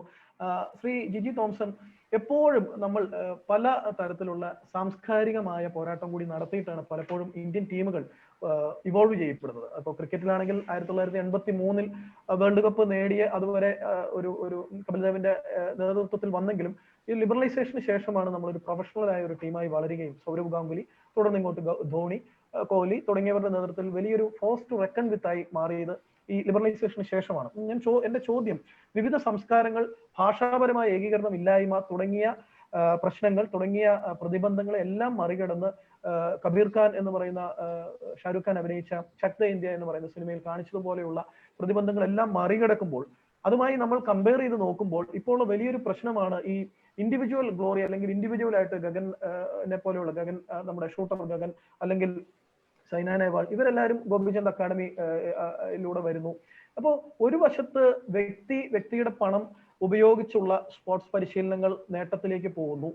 മറുവശത്ത് അസോസിയേഷനുകളുമായി ഇവർ പലപ്പോഴും ബാഡ്മിന്റൺ അസോസിയേഷനുകളിലെ ശണ്ഠ നമ്മൾ പത്രമാധ്യമങ്ങളിൽ കാണുന്നതാണ്. ഇവിടെ ഒരു യൂണിസൺ വരുന്നില്ല, ഇതൊരു വർക്കിംഗ് ഇൻ ടാൻഡം വരുന്നില്ല. ഇത് ഒരുപക്ഷെ അത് സ്പോർട്സ് മേഖലയുമായി ബന്ധം അധികം ഇല്ലാത്തവർ പലപ്പോഴും അസോസിയേഷനുകളുടെ തലപ്പത്തൊക്കെ വരുന്നതുകൊണ്ടാണോ ഇത് സംഭവിക്കുന്നത്? പക്ഷെ ഇവിടെ ഒരു ഏകീകരണം, ഒരു യൂണിസൺ, ഒരു ടാൻഡം അതിലേക്ക് വരേണ്ട ഒരു ഹൈ ടൈം ആയില്ലേ ഇതിന്റെ കാര്യത്തിൽ? ഞാന് പിന്നെ 2013 സ്പോർട്സ് അതോറിറ്റിയുടെ ഡയറക്ടർ ജനറൽ ആയിരുന്ന സമയത്ത് ആണ് വുഹാനിൽ പോയത്, ചൈനയില്. വുഹാനിൽ പോകുന്ന സമയത്ത് അവിടെ വുഹാൻ സ്പോർട്സ് ഇൻസ്റ്റിറ്റ്യൂട്ടില് ഞാൻ അത്ഭുതകരമായ ഒരു കാഴ്ച കണ്ടു. 10,000-ഓളം കുട്ടികൾ എന്ന് പറഞ്ഞാൽ കുഞ്ഞുങ്ങൾ, 3, 4, 5 വയസ്സുള്ള കുഞ്ഞുങ്ങളെയാണ് അവിടെ പരിശീലിപ്പിക്കുന്നത്. അതും പരിശീലിപ്പിക്കുന്നത് ജിംനാസ്റ്റിക്സിലാണ്. അവരെ കൊച്ചു കുട്ടികളെ എല്ലാത്തിനെയും കണ്ടാൽ മെഷീനിൽ വാർത്തെടുത്ത് പോയിരിക്കും. പോണി ടെയിലൊക്കെ കെട്ടി, എല്ലാവരുടെയും മുഖം, എല്ലാവരുടെയും ശരീരവും പ്രകൃതി എല്ലാം ഒരുപോലെയാണ്. ഈ കുഞ്ഞുങ്ങളെ എല്ലാം എടുത്ത് മുകളിലോട്ട് എടുത്ത് എറിഞ്ഞ് അവരെ സോമസോൾട്ട് ചെയ്യാൻ പഠിപ്പിക്കുന്ന കുട്ടികൾ കിടന്ന് കരയുന്നു. എത്ര ശക്തമായിട്ടാണ് അവരെ പരിശീലിപ്പിക്കുന്നത്. 10,000-കണക്കിന് കുട്ടികളാണ് അവിടെ പരിശീലനം തരുന്നത്. അന്ന് ഞാൻ അവരോട് ചോദിച്ചു, ഇത് എന്തിനു വേണ്ടിയിട്ടാണ് നിങ്ങൾ ഈ പരിശീലനം ചെയ്യുന്നത്? അപ്പോൾ പറഞ്ഞു 2020 ഒളിമ്പിക്സ്, അതായത് ടോക്കിയോ ഒളിമ്പിക്സിന് വേണ്ടിയിട്ടുള്ള പരിശീലനമാണ് നടക്കുന്നതെന്നും. ഞാൻ അന്താളിച്ചു പോയി. നമ്മളിവിടെ 2013 പോലും ഇങ്ങനെ ഒരു കാര്യത്തെക്കുറിച്ച് ചിന്തിക്കുന്നു പോലുമില്ല. ഇവിടെ നേരത്തെ അബ്ദുള്ള മലിക്കിൽ പറഞ്ഞ ഒരു പോയിന്റ് ഉണ്ട്. എന്താണെന്നറിയാമോ? നമുക്കൊരു സ്പോർട്സ് കൾച്ചർ ഇല്ല. അയ്യോ, സ്പോർട്സ് കൾച്ചർ ഉണ്ടാക്കണമെന്ന് നമ്മളെല്ലാവരും എത്രയോ നാളുകളുണ്ട് പറയുന്നതാണ്. നമ്മുടെ വിദ്യാഭ്യാസ സമ്പ്രദായത്തിന്റെ അവിഭാജ്യ ഘടകമാകണം സ്പോർട്സ് നമ്മൾ പറയുന്നു. പക്ഷെ അത് നടക്കുന്നേയില്ല. ഇപ്പൊ CBSE കുട്ടികൾക്ക് 45 മിനിറ്റ് നിർബന്ധമാണ്. പക്ഷെ ആ 45 മിനിറ്റ് സ്പോർട്സിനല്ല ഉപയോഗിക്കുന്നത്, എക്സ്ട്രാ ക്ലാസ് എടുക്കാൻ വേണ്ടി ഉപയോഗിക്കും. ഇനി കേരളത്തിലേക്ക് വരുവാണെങ്കിൽ ഇവിടെ നമ്മളിപ്പോ നേരത്തെ അശോക് കുമാർ ആരും പറയുണ്ടായി, പിന്നെ നമുക്കിവിടെ അധ്യാപകര് പിന്നെ എന്താണ് സ്കൂളുകളിലൊക്കെ എല്ലാ പഞ്ചായത്തിലും ഒരു കളിസ്ഥലം, അല്ലെങ്കിൽ ജില്ലാ പഞ്ചായത്തിലെ കളിസ്ഥലം, ഇതൊക്കെ വേണമെന്ന് പറയും. ഇതെല്ലാം നമ്മൾ ഇവിടെ പറയുന്നതാണ്. പക്ഷെ ഇത് നടപ്പിലാക്കണം എന്നുണ്ടെങ്കിൽ ആദ്യം വരുന്ന സ്കൂളുകളിലെല്ലാം നമുക്ക് ഫിസിക്കൽ എഡ്യൂക്കേഷൻ ഇൻസ്ട്രക്ടേഴ്സ്, ടീച്ചേഴ്സിനെ വേണം. കേരളത്തിൽ എത്ര ഇൻസ്ട്രക്ടേഴ്സ് ഉണ്ട്? 500 കുട്ടികൾക്ക് ഒരു ഇൻസ്ട്രക്ടർ എന്നുള്ള ഒരു നിലയൊക്കെ വന്നാല് എങ്ങനെ ശരിയാകാനാണ്? അപ്പൊ കഴിഞ്ഞ ദിവസം ഞങ്ങൾ ചർച്ച ചെയ്തപ്പോൾ പറഞ്ഞു, കേരളത്തിൽ ഇമ്മീഡിയറ്റ് ആയിട്ട് ആവശ്യമുള്ള ഒരെണ്ണമാണ് ഫിസിക്കൽ എഡ്യൂക്കേഷൻ ഇൻസ്ട്രക്ടേഴ്സിനെ നിയമിക്കുക എന്നുള്ളത്. പക്ഷെ ഗവൺമെന്റ് ആ കാര്യത്തിൽ ഒന്നും ചെയ്യുന്നില്ല. അപ്പൊ ബേസിക് ആയിട്ട് ചെയ്യേണ്ട കാര്യങ്ങൾ നമ്മൾ നോക്കുന്നേയില്ല. ഞാൻ DG ആയിരുന്ന സമയത്ത് എന്റെ ഏറ്റവും വലിയ ആഗ്രഹമായിരുന്നു ഇന്ത്യയിലുള്ള എല്ലാ കുട്ടികളുടെയും, അതായത് പ്രീ നഴ്സറിയിൽ കാല് വെക്കുന്ന കുട്ടി മുതൽ ഉള്ള 10ാം ക്ലാസ് വരെ പഠിക്കുന്ന അല്ലെങ്കിൽ 12ാം ക്ലാസ് വരെ പഠിക്കുന്ന കുട്ടികളുടെ കംപ്ലീറ്റ് ഡേറ്റ നമുക്ക് നമ്മൾ അമാസ് ചെയ്യണം, നമ്മൾ അതെല്ലാം കണ്ടെത്തണം. എന്നിട്ട് ഈ ഡേറ്റ വെച്ചിട്ട് ഈ കുട്ടികളുടെ പ്രോഗ്രസ് എങ്ങനെയാണ്, അവർക്ക് ഏത് ക്ലാസ്സുകളിൽ അവരുടെ കുട്ടികളുടെ ബോഡി സ്ട്രക്ചർ എന്താണ്, ബ്ലഡ് കാറ്റഗറി എന്താണ്, അത് കഴിഞ്ഞതിന് ശേഷം അവർക്ക് എന്തൊക്കെ മാറ്റങ്ങൾ വന്നിരിക്കുന്നു, ഇതെല്ലാം നോക്കാനുള്ള ഒരു സംവിധാനം നമുക്ക് ഉണ്ടാവണം. അപ്പൊ നമുക്ക് വലിയൊരു ബേസ് ഉണ്ടാവും. ഇപ്പൊ സ്പോർട്സ് അതോറിറ്റി ആകെ കൂടി 4,000 പേരാണ് സ്പോർട്സ് അതോറിറ്റിയുടെ വിവിധ സെന്ററുകളിലായിട്ട് പരിശീലനം തരുന്നത്. ഈ 4,000-ൽ നിന്നാണ് നമ്മൾ വലിയ മെഡൽ സ്കോപ്പുകളിലേക്ക് കണ്ടെത്തുന്നത്. അവിടുന്ന് ഒന്നും ഉണ്ടാവുന്നില്ല എന്നുള്ളത് സത്യം മാത്രമാണ്. പിന്നെ ഇൻഡിവിജ്വൽ ബ്രില്യൻസ് കൊണ്ട് അവിടെയും ഇവിടെയൊക്കെ ആൾക്കാർ മെച്ചപ്പെടുന്നു. അപ്പം ഇപ്പൊ ചോദിച്ച ചോദ്യത്തിന് ഇവിടെ ഇങ്ങനെ ഒരു കൾച്ചർ ഇല്ല എന്നുള്ളത് സത്യം മാത്രമാണ്. നമ്മൾ ഈ വർഷം ദൈവാനുഗ്രഹം കൊണ്ടാണ് ഈ ഒളിമ്പിക്സ് നടക്കാതെ പോയത്, ഭാഗ്യമായി. ഇല്ലെങ്കിൽ നമ്മളിപ്പോഴ് എന്തുകൊണ്ട് ഇന്ത്യക്ക് ഒരു മെഡൽ പോലും കിട്ടിയില്ല എന്ന വിഷയമായിരിക്കും നമ്മൾ ചർച്ച ചെയ്യുന്നത്. അതിനുള്ള സാധ്യത ഇല്ലാതെ, കാരണം ഒളിമ്പിക്സ് നടന്നില്ല. യാതൊരു തയ്യാറെടുപ്പും ഇല്ല. നമ്മൾ വെറുതെ അവിടെ ഇവിടെയൊക്കെ കുറെ പിന്നെ പരിശീലനം നടക്കുന്നു എന്നല്ലാതെ സിസ്റ്റമാറ്റിക് ആയിട്ട് ഇന്ത്യയിലുള്ള മുഴുവൻ കുട്ടികളെയും നമ്മൾ കണ്ട അങ്ങനെ ഒരു വലിയ ബേസ് ഉണ്ടാവുമ്പോഴാണ്. എന്തായാലും 135 കോടി ജനങ്ങളുള്ള രാജ്യമല്ലേ, ഇവിടെ ടാലൻസ് ഇല്ലാതെ ഒരിക്കലും ഉണ്ടാവാതിരിക്കില്ല. പക്ഷെ അത് കണ്ടെത്തുന്നില്ല. നമ്മൾ അവിടെയും ഇവിടെയൊക്കെ സ്കൂൾ ഫെസ്റ്റ്, ഇപ്പൊ കേരളത്തിൽ നടക്കുന്നത് പോലെ ഒരു സ്കൂൾ അത്ലറ്റിക് ചാമ്പ്യൻഷിപ്പ് ഇന്ത്യയിൽ മറ്റെങ്ങും നടക്കുന്നില്ല. കുറച്ചെങ്കിലും വ്യത്യാസം വന്നിരിക്കുന്നത് ഇപ്പൊ ഹരിയാനയിലാണ്. ഇന്ത്യയുടെ സ്പോർട്സ് പവർ ഹൗസായി മാറിക്കൊണ്ടിരിക്കുന്നു. കാരണം അവർ വളരെ സിസ്റ്റമാറ്റിക് ആയിട്ട് കാര്യങ്ങൾ ചെയ്യുന്നു. അവിടെ എല്ലാ നമ്മളിപ്പോ നേരത്തെ പറഞ്ഞ പോലെ എല്ലാ സ്ഥലത്തും എല്ലാ ഗ്രാമങ്ങളിലും ട്രെയിനിങ് സെന്ററുകൾ, സ്റ്റേഡിയംസ്, കുട്ടികൾക്ക് വേണ്ടുന്ന പരിശീലനം കൊടുക്കുന്നു. ഇവിടെ ഒരാൾക്ക് ജോലി കൊടുക്കാന്ന് പറഞ്ഞാൽ ആ ജോലി കിട്ടണമെങ്കിൽ പിന്നെ അതിൽ എത്ര പ്രാവശ്യം സർക്കാർ ഓഫീസിൽ കയറിറങ്ങി നടക്കണം. ഇങ്ങനെയുള്ളതെല്ലാം മാറ്റിയിട്ട് ഇപ്പൊ ദേ ആർ കോൺസെൻട്രേറ്റിംഗ് ഓൺ അവരുടെ ഏറ്റവും കോമ്പറ്റൻസ് ഉള്ള റെസ്ലിംഗ്, ബോക്സിംഗ് അതിലൊക്കെ ചെയ്തിട്ട് അവിടെ അതൊരു വലിയ മാറ്റം വന്നുകൊണ്ടിരിക്കുകയാണ്. അപ്പൊ ചുരുക്കി പറയുകയാണെങ്കിൽ നമുക്ക് ആദ്യം വേണ്ടുന്നത് ഒരു സ്പോർട്സ് ഒരു കൾച്ചർ ഉണ്ടാക്കുകയാണ്. ആ കൾച്ചർ ഉണ്ടാക്കുക എന്ന് പറഞ്ഞാൽ നമുക്ക് നമ്മുടെ സ്കൂളുകളിൽ തന്നെ, അത് പ്രൈമറി സ്കൂളിൽ തന്നെ ആരംഭിക്കണം. 12-18 വയസ്സായതിനു ശേഷം അല്ല പരിശീലിപ്പിക്കേണ്ടത്. ഞാൻ നേരത്തെ വുഹാനിൽ കണ്ടതുപോലെ 3-4 വയസ്സുള്ളപ്പോൾ തന്നെ കുട്ടികൾക്ക് ബേസിക് ട്രെയിനിങ് കൊടുക്കുകയും അതിൽ നിന്നും അവരെ വളർന്നതിനനുസരിച്ച് അവരുടെ സ്കിൽ എവിടെയാണെന്ന് കണ്ടുപിടിക്കാനുള്ള സംവിധാനം ഉണ്ടാക്കുകയും അതിൽ നിന്നും കുട്ടികളെ അടർത്തിയെടുത്ത് നല്ല പരിശീലനം കൊടുക്കുന്ന ഒരു സംവിധാനം തീർച്ചയായിട്ടും ഉണ്ടാവണം. അത് ഉണ്ടാകാതെ നമ്മൾ പറയുന്ന ഒന്നും ഉണ്ടാവില്ല. പിന്നെ ഇപ്പൊ നമ്മൾ വിദേശത്ത് പോയി നോക്കൂ. ഇപ്പൊ ഇംഗ്ലണ്ടിലോ അല്ലെങ്കിൽ യൂറോപ്യൻ രാജ്യങ്ങളിൽ പോയ ഏത് പബ്ലിക് പ്ലേസിൽ പോയാലും അവിടെ ഒരു ജിം ഉണ്ടാവും, അല്ലെ? അവിടെ പാർക്കിൽ പോയാൽ പോലും ആളുകൾ അവിടെ നിന്ന് പരിശീലനം തരുന്നത് കാണാം. നമ്മുടെയൊക്കെ പാർക്കുകളിൽ ഇങ്ങനത്തെ സംവിധാനം ഒരുക്കണ്ടേ? ആളുകൾക്ക് ഇതെല്ലാം നമ്മുടെ സ്പോർട്സ് എന്ന് പറയുന്നത് നമ്മുടെ വ്യക്തി ജീവിതത്തിന്റെ ഭാഗമാവണം. അത് അങ്ങനെ ഒരു ഭാഗമായി മാറുമ്പോഴാണ് നമുക്കിതിനോട് ഒരു ആഭിമുഖ്യം ഉണ്ടാകുന്നത്. ഈ അഫിനിറ്റി എന്നൊക്കെ പറഞ്ഞ് നേരത്തെ പിന്നെ മീരാൻ പറയുകയുണ്ടായി. ആ അഫിനിറ്റി ഉണ്ടാക്കാനുള്ള ബോധപൂർവമായ ഒരു ശ്രമമോ പ്ലാനിങ്ങോ കേരളത്തിലോ ഇന്ത്യയിലോ ഇല്ല. അതാണ് നമുക്കുള്ള ഏറ്റവും വലിയ പോരായ്മ. ഇത് മാറ്റാതെ നമുക്ക് ഈ ഇൻഡസ്ട്രി പോലും വളർത്തിയെടുക്കാനാവില്ല. ഒരു $10 ബില്യൺ ഇൻഡസ്ട്രി, സ്പോർട്സ് ഇൻഡസ്ട്രി ആയിട്ട് വരുത്താനുള്ള എല്ലാ സാധ്യതകളും ഇന്ത്യയിലുണ്ട്. വിംബിൾഡൺ കളിക്കുമ്പോൾ അവിടെ വിംബിൾഡൺ ടൂർണമെന്റിൽ ഉപയോഗിക്കുന്ന ടവൽസ് ഉണ്ടാക്കുന്നത് നമ്മൾ ഗുജറാത്തിലുള്ള ഒരു കമ്പനിയാണ്. എനിക്ക് നേരിട്ട് അറിയാവുന്ന കമ്പനിയാണ്. നമ്മുടെ ഇന്റർനാഷണൽ ഫുട്ബോൾ മത്സരങ്ങളിൽ ഉപയോഗിക്കുന്ന ഫുട്ബോളുകളെല്ലാം ജലന്ധറിൽ നിന്നാണ് പോകുന്നത്. അപ്പൊ ഇതിനൊക്കെയുള്ള സാധ്യതകൾ ഇവിടെ ഉണ്ട്. അപ്പൊ ഇങ്ങനെയൊക്കെയുള്ള സാധ്യതകളെല്ലാം ഉപയോഗപ്പെടുത്തി നമുക്കിത് കൂടുതലാക്കണം എന്നുണ്ടെങ്കിൽ ഈ ആദ്യം വരുന്നത് വലിയൊരു ബേസ് ഉണ്ടാക്കുക. ആ ബേസിൽ നിന്ന് കുട്ടികളെ സെലക്ട് ചെയ്യുക. നമ്മളെ പോലുള്ള പ്രായമായ ആൾക്കാർക്കും സ്പോർട്സിൽ താല്പര്യം ഉണ്ടാക്കാൻ വേണ്ടിയിട്ട് എല്ലാ സ്ഥലത്തും സ്പോർട്സ് എന്ന് പറയുന്നത് ജീവിതത്തിന്റെ ഭാഗം. അത് സ്പോർട്സ് റിക്രിയേഷൻ ഫെസിലിറ്റിക്ക് വേണ്ടി മാത്രമല്ല, ആരോഗ്യത്തിന് വേണ്ടിയിട്ട്, അതിനു വേണ്ടിയിട്ട് ഇത് വളരെ ആവശ്യമാണ്. ഇപ്പൊ കോവിഡിനെ നേരിടണമെങ്കിൽ പോലും പറയുന്നത് എന്താ? നല്ല പരിശീലനം ഉണ്ടായിരിക്കണം, നല്ല എക്സസൈസ് ചെയ്യണം എല്ലാവരും. അതിന്റെ ഒരു പാർട്ടാണ്. ഇപ്പൊ ഇംഗ്ലണ്ടിലൊക്കെ ചെന്നാല് അവിടുത്തെ ബർമിംഗ്ഹാം യൂണിവേഴ്സിറ്റിയിൽ പോയി നോക്കൂ. അവിടെ സ്പോർട്സ് അവർ പഠിപ്പിക്കുക മാത്രമല്ല ചെയ്യുന്നത്, അവരെ കമ്പൽസറി ആക്കുകയാണ്. അത് എല്ലാ ശനിയാഴ്ച ആളുകളൊക്കെ എല്ലാവരും വോളണ്ടിയർ ചെയ്യാണ് കോച്ച് ചെയ്യാനായിട്ട്. അടുത്തടുത്ത ക്ലബുകളിലൊക്കെ പോയി കോച്ച് ചെയ്യുന്നു. എഞ്ചിനീയർമാര്, ഡോക്ടർമാര്, അവരെ ഒരു പൈസ വാങ്ങുന്നില്ല. അതിനോടുള്ള അഫിനിറ്റി കൊണ്ടാണ്. ഇതൊക്കെ എന്നും നമ്മുടെ നാട്ടിൽ നടക്കും. ഇങ്ങനെ ഒന്നും ചിന്തിക്കാൻ പറ്റുമോ? അപ്പൊ ഇതൊക്കെ മാറ്റാൻ തീർച്ചയായിട്ടും സാധിക്കണം എന്നുണ്ടെങ്കിൽ അടിമുടി ഒരു വലിയ മാറ്റം വേണം. നിർഭാഗ്യവശാൽ അത് സംഭവിക്കുന്നില്ല. കാരണം സ്പോർട്സിനകത്ത് താല്പര്യമുള്ളവർ ആരും ഇതിന്റെ രംഗത്തേക്ക് വരുന്നില്ല. അവിടെ ഇവിടെയും ചില അസോസിയേഷനിലോ ഫെഡറേഷനിലോ ആൾക്കാർ ഉണ്ടാവുന്നില്ല എന്ന് ഞാൻ പറയുന്നില്ല. ഇപ്പൊ തന്നെ നമ്മൾ സ്പോർട്സ് മിനിസ്ട്രി, ഗവൺമെന്റ് ഓഫ് ഇന്ത്യയുടെ സ്പോർട്സ് മിനിസ്ട്രി നോക്കൂ. കഴിഞ്ഞ 5 വർഷത്തിനുള്ളിൽ 1/2 ഡസൻ സെക്രട്ടറിമാർ മാറിക്കഴിഞ്ഞു. ഒരാൾക്ക് 1 വർഷം പോലും കിട്ടുന്നില്ല. പിന്നെ എങ്ങനെയാണ് ഒരു പോളിസി ഉണ്ടാക്കാൻ കഴിയുക? അതുകൊണ്ടാണ് ഞാൻ കഴിഞ്ഞ ഒരു മീറ്റിംഗിൽ പറഞ്ഞു, ആദ്യം വേണ്ടുന്നത് ഈ കേന്ദ്ര ഗവൺമെന്റിന്റെ സ്പോർട്സ് മിനിസ്ട്രി അടച്ചുപൂട്ടുക. കാരണം എന്തിനാണ് ഈ മിനിസ്ട്രി? ഞാൻ സ്പോർട്സ് അതോറിറ്റിയുടെ DG ആയിരുന്ന ആളാണ്. സ്പോർട്സ് അതോറിറ്റിയിൽ ഇരിക്കുന്ന സ്പോർട്സുമായി ബന്ധമുള്ള ആൾക്കാർ എടുക്കുന്ന തീരുമാനത്തെ വെറ്റ് ചെയ്യാൻ, അല്ലെങ്കിൽ അതിനകത്തൊരു വാല്യൂ അഡീഷൻ കൊടുക്കാൻ മിനിസ്ട്രിയിലുള്ള ഒരാൾക്ക് പോലും സാധിക്കുന്നില്ല. പിന്നെ അവിടെയൊക്കെ ഞാൻ എടുക്കുന്ന തീരുമാനം പിന്നെ ഞാൻ മിനിസ്ട്രിയിലേക്ക് അയക്കണം.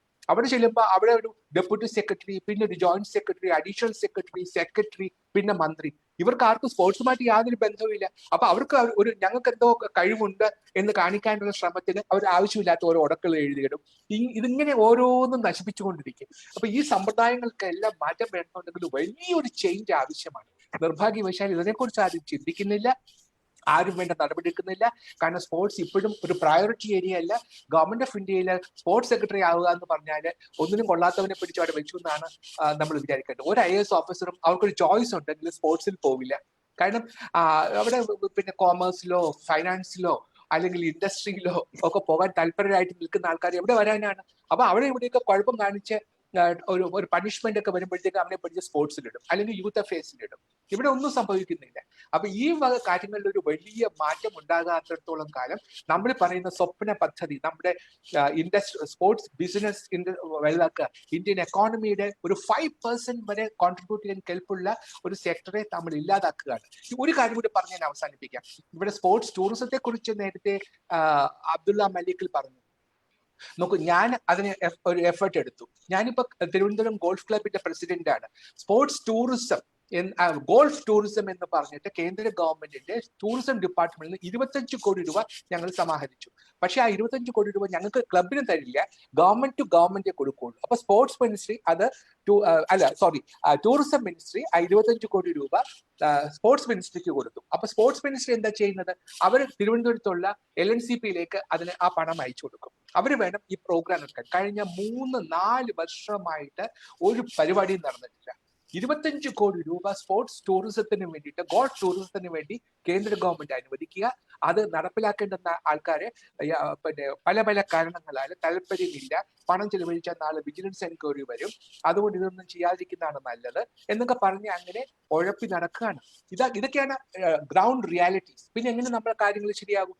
അപ്പൊ ഇതിനകത്ത് ഒരു ഞാനാണ് പറഞ്ഞത്, ഇതിന് സ്പോർട്സിനകത്ത് ഞാൻ ഒരിക്കൽ പ്രൈം മിനിസ്റ്ററിനെ നേരിട്ട് കാണാനുള്ള ഭാഗ്യം എനിക്കുണ്ടായി. അന്ന് അദ്ദേഹത്തോട് പറഞ്ഞു, സാർ IAS-കാർക്ക് എല്ലാ ജോലിയും ചെയ്യാൻ പറ്റുമെന്നൊക്കെ ഒരു ധാരണയുണ്ട്, പക്ഷെ ദൈവത്തെ ഓർത്ത് സ്പോർട്സിൽ ഏതെങ്കിലും IAS-കാരനെ പിടിച്ച് വെക്കരുത്. സ്പോർട്സുമായിട്ടൊരു അഫിനിറ്റി ഉള്ള, അതിനോട് ആഭിമുഖ്യമുള്ള, കമ്മിറ്റ്മെന്റ് ഉള്ള ഒരാളെ അല്ലാതെ അവിടെ വെക്കരുത്. ഈ ഒരൊറ്റ റിക്വസ്റ്റ് എനിക്കുള്ളൂ എന്ന് ഞാൻ പറയുകയുണ്ടായി. അദ്ദേഹം അത് കേട്ടു. പിന്നെ എന്താ ഇതൊന്നും പ്രയോറിറ്റി ഏരിയ അല്ല. എത്ര രൂപയാണ് സ്പോർട്സിന് വേണ്ടിയിട്ട് നീക്കി വെക്കുന്നത്? കഴിഞ്ഞ ബജറ്റിനേക്കാളും 50 കോടി രൂപ കുറച്ചാണ് ഈ വർഷം കൊടുത്തിരിക്കുന്നത്.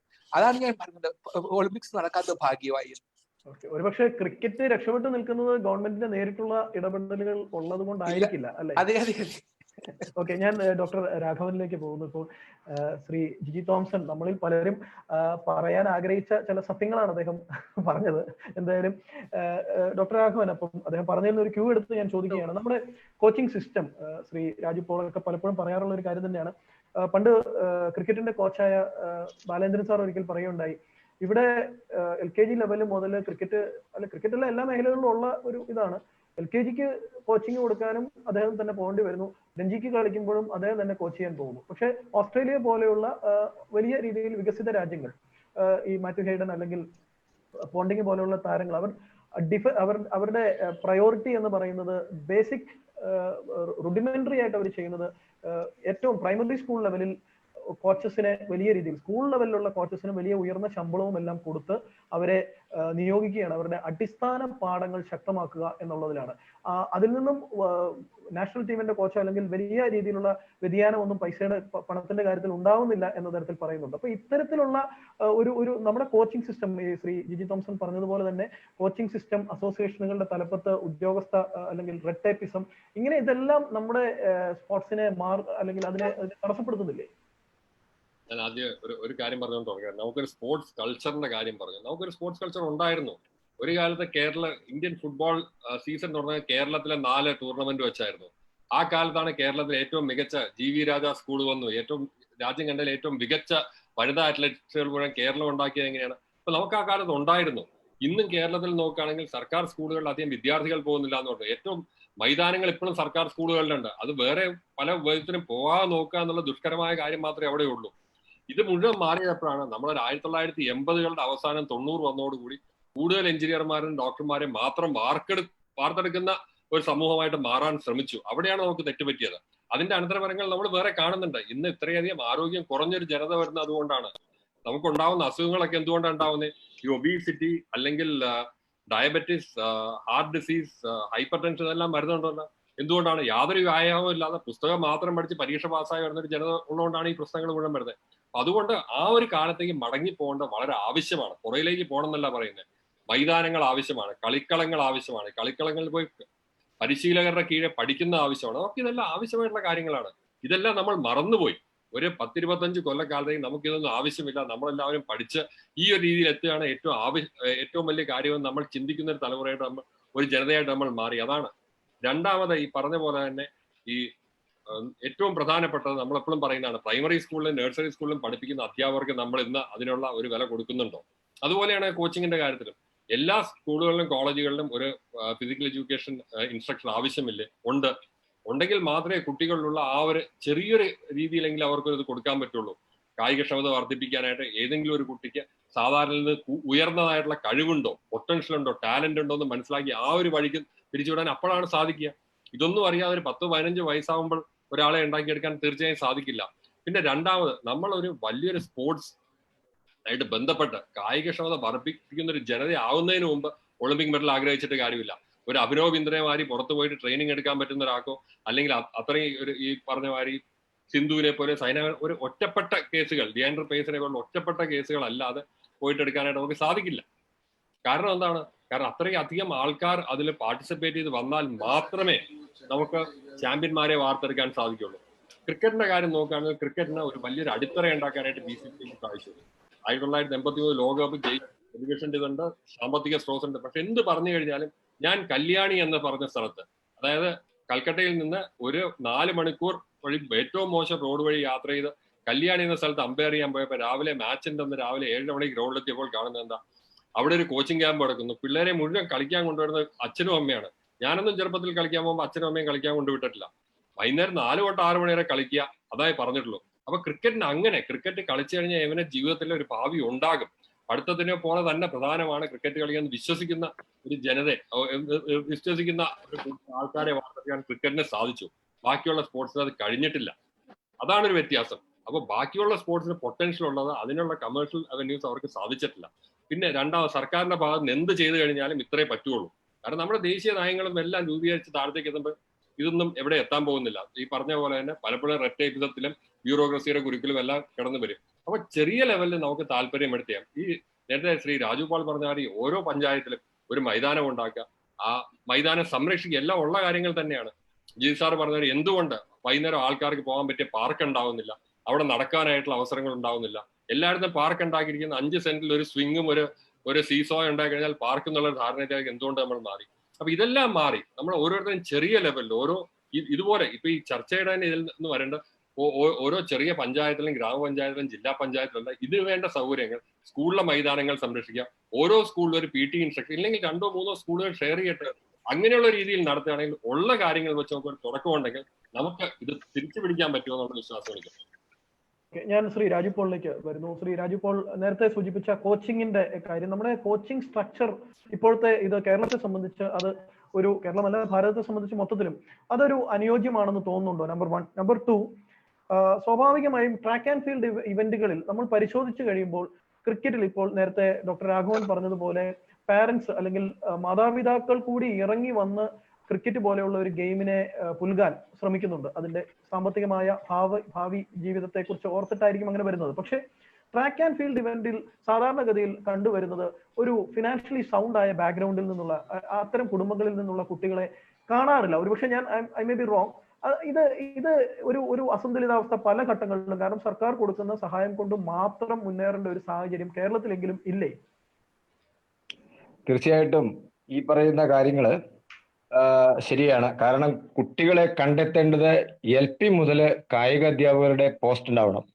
LP സ്കൂളില് അതുമാതിരി UP സ്കൂളിൽ 500 കുട്ടികൾ ഉണ്ടെങ്കിൽ മാത്രമേ കായിക അധ്യാപകരുടെ പോസ്റ്റ് ഉള്ളൂ. 499 കുട്ടികൾ ഉണ്ടെങ്കിൽ അവിടെ കായിക അധ്യാപകരുടെ പോസ്റ്റ് ഇല്ല. അതൊരു വലിയ പ്രശ്നമാണ്. ഹൈസ്കൂളില് കായിക അധ്യാപകർ 8-9 കൂടി 5 ഡിവിഷൻ വേണം, അന്നെങ്കിൽ മാത്രമേ കായിക അധ്യാപകരുടെ പോസ്റ്റ് ഉള്ളൂ. ഇതൊക്കെ മാറ്റിയിട്ട് UP സ്കൂളിൽ ഒരു കായിക അധ്യാപകൻ, ഹൈസ്കൂളിൽ ഒരു കായിക അധ്യാപകൻ, +2 ഒരു കായിക അധ്യാപകൻ, ഇത് ഇങ്ങനെ കായിക അധ്യാപകരുടെ പോസ്റ്റ് ഉണ്ടായാൽ മാത്രമേ ഇവിടെ കായിക താരങ്ങളെ കണ്ടുപിടിക്കാനാവൂ. കാരണം ഏതൊരു കേരളത്തിലെ അല്ലെങ്കിൽ ഇന്ത്യയില് ലോകമെമ്പാട് നോക്കിയാലും കായിക അധ്യാപകരെ അവരെ ഗ്രാസ് റൂട്ടിൽ നിന്നാണ് ഈ കുട്ടികളെ കണ്ടെത്തേണ്ടത്. അല്ലാതെ മുകളിൽ നിന്നും ആരെയും കണ്ടെത്താനാവില്ല. ഒരു വാഴ കൊലയാവുമ്പോൾ വളർത്തിട്ട് കാര്യമില്ല.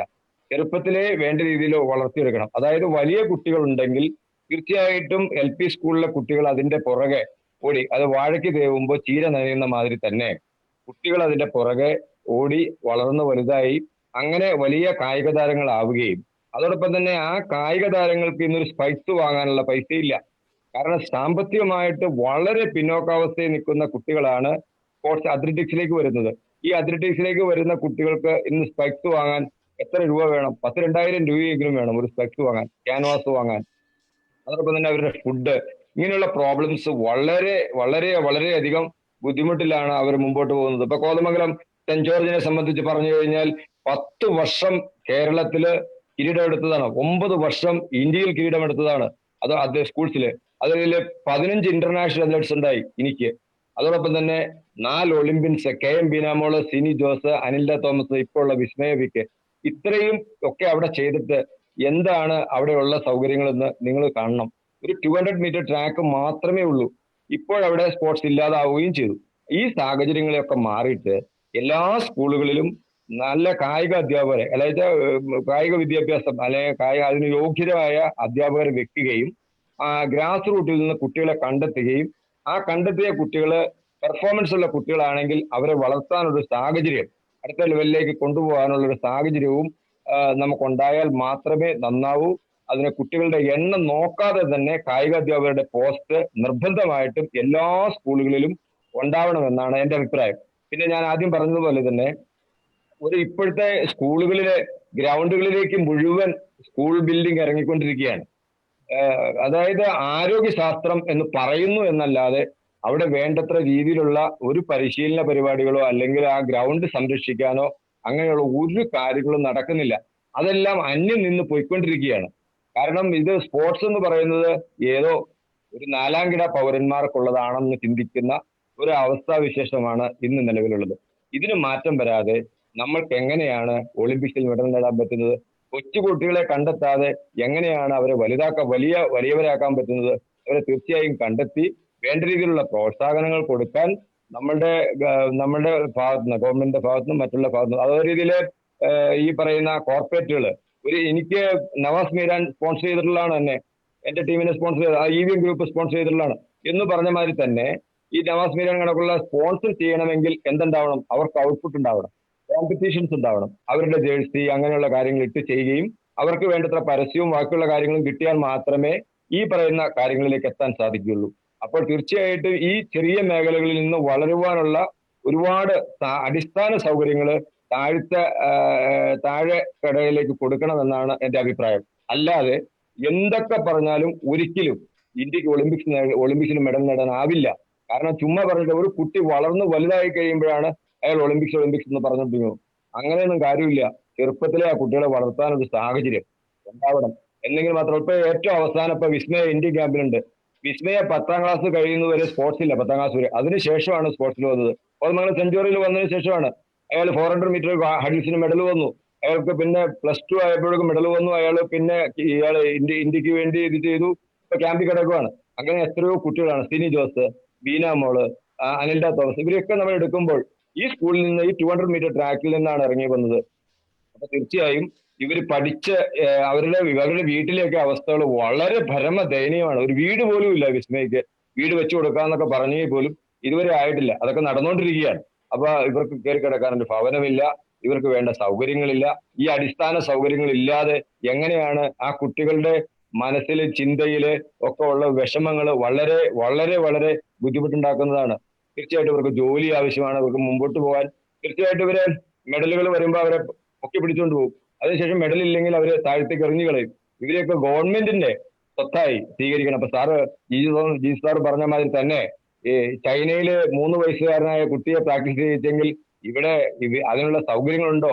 അടിസ്ഥാന സൗകര്യങ്ങൾ ഇല്ലാതെ എങ്ങനെയാണ് ഈ അത്ലറ്റിക്സ് വളരേണ്ടത്? ഈ അടിസ്ഥാന സൗകര്യങ്ങളും അതോടൊപ്പം തന്നെ ഇവരുടെ സാമ്പത്തികം, ഒരു നേരത്തെ ഭക്ഷണം കഴിക്കാൻ പോലും ബുദ്ധിമുട്ടുള്ള അനേകം കുട്ടികളാണ് ഇവിടെ ഉള്ളത്. തീർച്ചയായിട്ടും അതിനുള്ളൊരു മാറ്റം വന്നാൽ മാത്രമേ ഇതിനൊക്കെ ശാശ്വതമായ ഒരു പരിഹാരം ആവുകയുള്ളൂ എന്നാണ് എനിക്ക് പറയാനുള്ളത്. വളരെ വളരെ പ്രസക്തമായ ഒരു കാര്യമാണ് ശ്രീ രാജു പോൾ താങ്കൾ പറഞ്ഞത്. നമുക്ക് അത് വലിയ രീതിയിൽ ഗൗരവമായ തരത്തിൽ ചർച്ച ചെയ്യേണ്ട ഒരു വിഷയം കൂടിയാണത്. ഞാൻ ശ്രീ ടിനു യോഹന്നാനിലേക്ക് പോകുന്നു. ശ്രീ ടിനു യോഹന്നാൻ, ഇപ്പോൾ മുൻപുള്ള കാലത്തെ അപേക്ഷിച്ച് ഒരു കോച്ച്, ഒരു ക്രിക്കറ്റ് ടീം കോച്ച്, അല്ലെങ്കിൽ പ്രധാനമായും നമ്മുടെ ഗെയിമുകളിലൊന്നാണ് ക്രിക്കറ്റ്, ഈ കോച്ചിനൊരു റോൾ റിവേഴ്സൽ നടത്തേണ്ട ഒരു സാഹചര്യമില്ലേ? പ്രത്യേകിച്ചും IPL വന്നതിന് കൊണ്ട് ആണ് പെട്ടെന്ന് നമ്മുടെ സഞ്ജു സാംസൺ ഒരു ലൈം ലൈറ്റിലേക്ക് വരികയും അവിടെ അദ്ദേഹം പെർഫോം ചെയ്യുകയും ചെയ്തിട്ടാണ് ഒരു ഇന്ത്യൻ ടീമിലേക്ക് വരണം എന്ന തരത്തിലൊരു ക്യാമ്പയിൻ ഉണ്ടായത്. എന്ന് പറഞ്ഞതുപോലെ ഒരു കോച്ച് മുൻപ് ഒരു കോച്ച് മാത്രമായിരുന്നെങ്കിൽ ഇപ്പോൾ ആ കോച്ച് റോൾ റിവേഴ്സൽ നടത്തിയാൽ മാത്രമേ കേരളത്തിൽ നിന്നുള്ള, ഇപ്പോൾ നമുക്കറിയാം നമ്മുടെ സഞ്ജുവിന് പുറമെ സച്ചിൻ ബേബി, പ്രശാന്ത് പരമേശ്വരൻ, വിഷ്ണു തുടങ്ങിയവർ, അല്ലെങ്കിൽ വേറെ കുറച്ച് പേർ പതിയെ ക്രമേണ ഇവിടെ കേരളത്തിലെ അവിടെ ഇവിടെയും കളിച്ച് പ്രസക്തമായ ഗെയിമുകളിലേക്ക് വന്നുകൊണ്ടിരുന്ന പലരും IPL-ന്റെ പല പല ക്ലബ്ബുകളിൽ ചേക്കേറി തുടങ്ങിയിട്ടുണ്ട്. അപ്പോൾ ഇങ്ങനെയുള്ള ആ ഒരു സീരീസ് കണ്ടിന്യൂ ചെയ്യാൻ ഒരു കോച്ച് എന്നതിലുപരി കേരള ടീം മൊത്തം, കോച്ച് മാത്രമല്ല എല്ലാവരും ഒരു ഫുൾ ടൈം ഒരു ക്യാമ്പയിൻ കൂടി ലീഡ് ചെയ്താൽ, അല്ലെങ്കിൽ കേരള ക്രിക്കറ്റിനെ മാർക്കറ്റ് ചെയ്താൽ മാത്രമല്ലേ, അല്ലെങ്കിൽ വലിയ രീതിയിൽ ഇതൊരു പ്രൊഫഷണൽ വൽക്കരിച്ചാൽ മാത്രമല്ലേ നമ്മുടെ പേരുകൾ പുതിയ പേരുകളിലേക്ക് കൂടി വരികയുള്ളൂ, പ്രത്യേകിച്ചും നാഷണൽ ടീമിൽ കളിക്കാൻ കഴിയുകയുള്ളൂ. തീർച്ചയായിട്ടും നേരത്തെ ഞാൻ പറഞ്ഞ പോലെ മുന്നിലേക്ക് സെലക്ഷൻ ഒക്കെ കിട്ടാനായിട്ട് ഏറ്റവും ആവശ്യമുള്ള കാര്യം പെർഫോമൻസ് ആണ്. അതും കൺസിസ്റ്റന്റ് ആയിട്ടുള്ള പെർഫോമൻസ്. നമ്മുടെ കോമ്പറ്റീറ്റർ ചെയ്യുന്നതിനെക്കാട്ടി അധികം പെർഫോമൻസ് ആ ഒരു പ്ലെയർ കാഴ്ച വെച്ചാല് അദ്ദേഹം അറ്റ്ലീസ്റ്റ് നോക്ക് ചെയ്തോളൂ, ഡോർസിൽ നോക്ക് ചെയ്തോളൂ. അപ്പം ആസ് എ കോച്ച് നമ്മൾ ചെയ്യേണ്ട അവർക്ക് ഉള്ള സാഹചര്യങ്ങൾ ഒരുക്കി കൊടുക്കുക എന്നുള്ളതാണ്. അവർക്ക് പെർഫോം ചെയ്യാനുള്ള സാഹചര്യങ്ങൾ ഒരുക്കി കൊടുക്കുക, കണ്ടീഷൻസ് കൊടുക്കുക, പ്രിപ്പയർ കറക്റ്റ് ആയിട്ട് ചെയ്യുക, പ്രാക്ടീസ് ഫെസിലിറ്റീസ് നല്ലതായിട്ട് കൊടുക്കുക. ഓക്കെ, സോ ടെക്നിക്കലി ഇവരെല്ലാം ടാലന്റ് വൈസും ടെക്നിക്കലി എല്ലാം വെൽ എക്സ്പോസ്ഡ് ആൻഡ് അവർക്ക് എല്ലാവർക്കും അറിയാം ടെക്നിക്കലി എന്താ ചെയ്യേണ്ടതെന്ന്. അവർ IPL ടീമിൽ പോയി പ്രാക്ടീസ് ചെയ്യുകയാണ്, നല്ല ഒരു കോച്ചസിന്റെ അടിയിൽ വർക്ക് ചെയ്യുന്നുണ്ട്. So they are sound technically. പക്ഷെ ഇവർക്ക് ആവശ്യമുള്ള കാര്യം നല്ല കോമ്പറ്റീഷൻ ആണ്. കൺസിസ്റ്റന്റ് ആയിട്ട് പ്രോപ്പർ കോമ്പറ്റീഷൻ കിട്ടുക, നല്ല ടൂർണമെന്റ്സ് കളിക്കുക, എപ്പോഴും എക്യുപ്ഡ് ആയിട്ട് ഇരിക്കുക, അവരുടെ മൈൻഡ് സെറ്റ് എപ്പോഴും അലേർട്ടായിട്ട് നിൽക്കണം. ഒരു നല്ലൊരു ഒരു സൗണ്ട് മൈൻഡിലേക്ക് എപ്പോഴും വരണം. ഒരു കോമ്പറ്റീറ്റീവ് മൈൻഡിൽ എപ്പോഴും നിന്നാലേ ഇവർക്ക് കൺസിസ്റ്റന്റ് ആയിട്ട് പെർഫോം ചെയ്യാൻ പറ്റത്തുള്ളൂ. അപ്പോൾ ഈ കാര്യങ്ങള് ഇവർക്ക് കൊടുക്കേണ്ടത് നമ്മുടെ ആവശ്യമാണ്. അപ്പൊ കേരളത്തിൽ തന്നെ അനേകം ടൂർണമെന്റ്സിന്റെ ആവശ്യമുണ്ട്, ക്വാളിറ്റി ടൂർണമെന്റ്സിന്റെ ആവശ്യമുണ്ട്. അത് പറയുമ്പോഴും വേറൊരു ഏറ്റവും ഇമ്പോർട്ടന്റ് ആയിട്ടുള്ള കാര്യം ഇവരുടെ ക്യാരക്ടറാണ്. ക്യാരക്ടർ റിഫോർമേഷൻ നടന്നാലേ ഇവർക്ക് കൺസിസ്റ്റന്റ് ആയിട്ടുള്ള ആ ഒരു നിലവാരത്തിൽ ഇവർക്ക് പെർഫോം ചെയ്യാൻ പറ്റത്തുള്ളൂ. അപ്പോൾ ബേസിക്കലി ഇവർക്ക് ഡൗട്ട്സ് ഉണ്ടാവാൻ പാടില്ല. ഇവരുടെ ടാലന്റിലും ഇവരുടെ കഴിവിലും ഒന്നും ഡൗട്ട് ഉണ്ടാവാതെ അവർക്ക് ഒരു സ്ട്രോങ് ക്യാരക്ടർ ബിൽഡിംഗ് വളരെ ആവശ്യമാണ്. അത് നമ്മൾ ഒരു ലെവലിൽ എത്തിക്കഴിഞ്ഞാൽ അത് അവരിൽ ഇൻഡ്യൂസ് ചെയ്യാൻ പാടാണ്.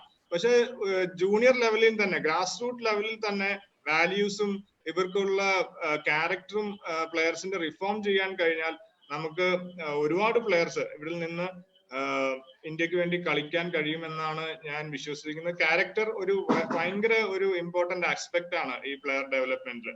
അത് ഏത് സ്പോർട്ട് ആവട്ടെ, അത് ക്രിക്കറ്റ് മാത്രമല്ല, ഏത് സ്പോർട്ട് ആവട്ടെ, ഒരു പ്ലെയറിന്റെ സ്വഭാവ രൂപീകരണം പ്രാക്ടീസിലൂടെ നടക്കേണ്ടത് വളരെ ആവശ്യമാണ്. എന്നാലേ അദ്ദേഹം ആ ഒരു പ്ലെയർ ആ സ്പോർട്ടിന് ഗുണമാവുള്ളൂ, സ്പോർട്ടിന് നല്ല അംബാസിഡേഴ്സ് ആയിട്ട് നിൽക്കാൻ പറ്റത്തുള്ളൂ. അപ്പൊ ഞാൻ ഇതും കൂടെ പറഞ്ഞു നിർത്താം. നമ്മൾ എപ്പോഴും സ്പോർട്ടിൽ നിന്ന് നമ്മൾ പറയുമ്പോൾ നമ്മൾ ഒരു ശാരീരിക ക്ഷമതയോടാണ് എപ്പോഴും നമ്മൾ കമ്പയർ ചെയ്യുന്നത് സ്പോർട്ട്. പക്ഷെ ശാരീരിക ക്ഷമത എന്നുള്ള ഒരു കാര്യം മാത്രമേ ആവുന്നുള്ളൂ സ്പോർട്ടില്.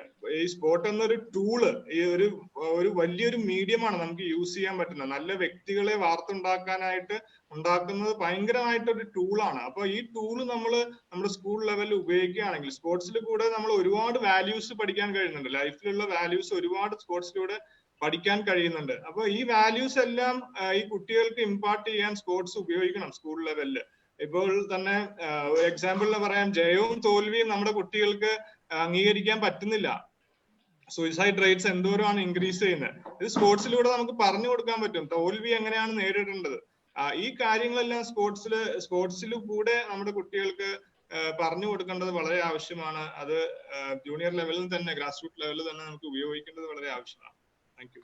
ஓகே, ഞാൻ ഡോക്ടർ அசோக் குமார்லேக்கு. டாக்டர் அசோக் குமார், முன்னாடி ஒரு படம் பார்த்திருந்தது தமிழ்ல. அந்த படத்துக்கு பேரு வந்து ஜீவா, விஷ்ணு விஷால் தான் நடிச்ச படம். விஷ்ணு விஷால் அந்த படத்துல வந்து ஒரு பெரிய பாயிண்ட் என்ன இருக்கிறேன்னா, ஜாதி, இந்த ஜாதி கலாச்சாரம் இதெல்லாம் அதுல வந்தது. அப்போ அந்த டைம்ல இந்த இந்தியா போல ஒரு பெரிய ஒரு கண்ட்ரியில எப்படி இந்த மாதிரி கிரைசிஸ், எஸ்பெஷலி இந்த ஜாதி மதம் இதெல்லாம் தாண்டி தான் ஒரு டீமினை வெற்றி அடைய முடியும். கரெக்ட் தானே?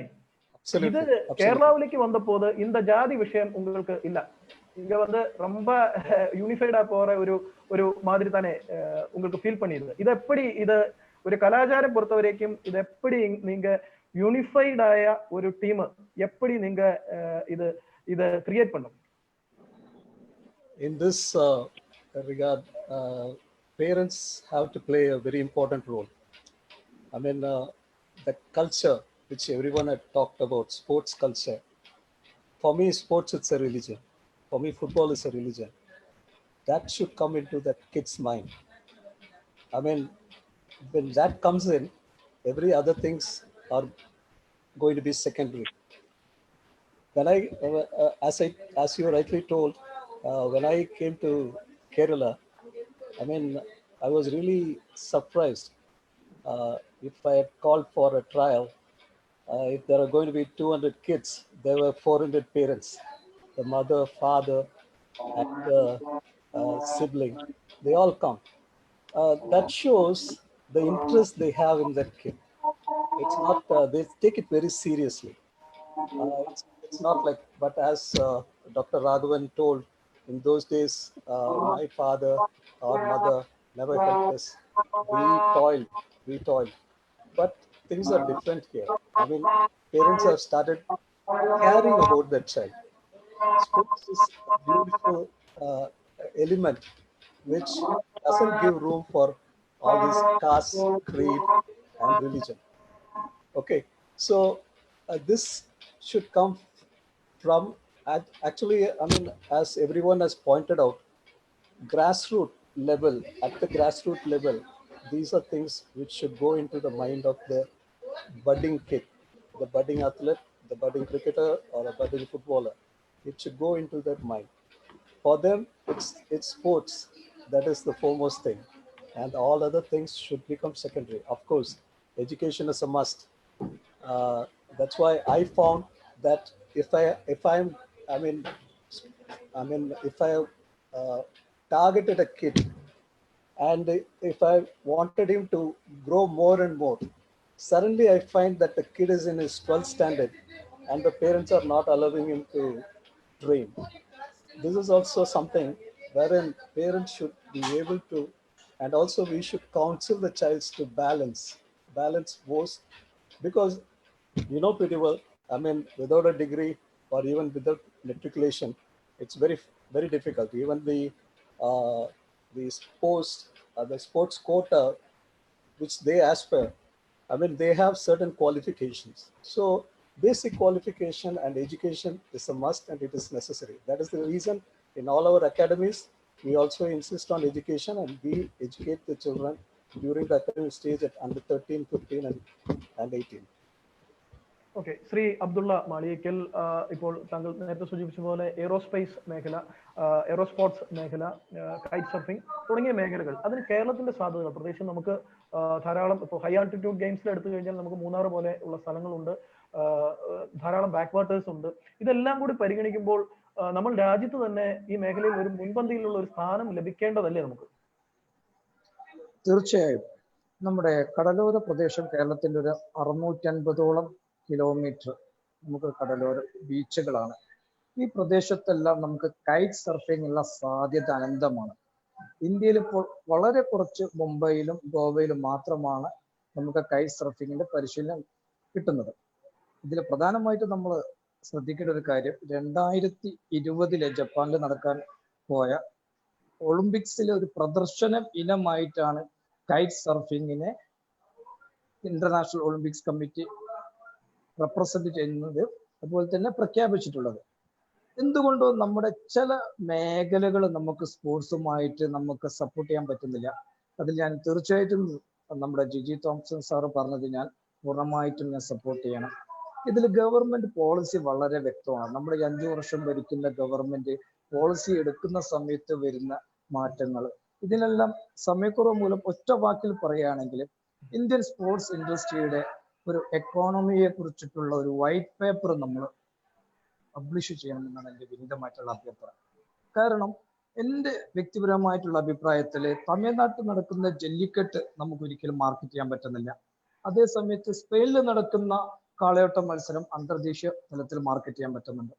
കുറച്ചും കൂടെ വളരെ ആധികാരികമായിട്ട് പറയുകയാണെങ്കിൽ ആലപ്പുഴത്തെ വള്ളംകളി നമുക്ക് മാർക്കറ്റ് ചെയ്യാൻ പറ്റിയത് കഴിഞ്ഞ 2-3 വർഷം കൊണ്ട് ടെലിവിഷൻ ടെലികാസ്റ്റിംഗ് വന്നതോടുകൂടിയിട്ടാണ്.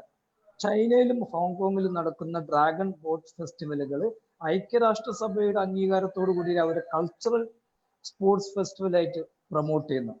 നമുക്ക് ഫ്ലൈയിങ് ഒബ്ജക്റ്റീവ് ആയിട്ടുള്ള അല്ലെങ്കിൽ പാരാഗ്ലൈഡിങ്, പാരാസെയിലിംഗ് എല്ലാം പോലത്തിൽ നമുക്ക് ഏറ്റവും കൂടുതൽ ഗവൺമെന്റ് പോളിസികളാണ് വേണ്ടത്.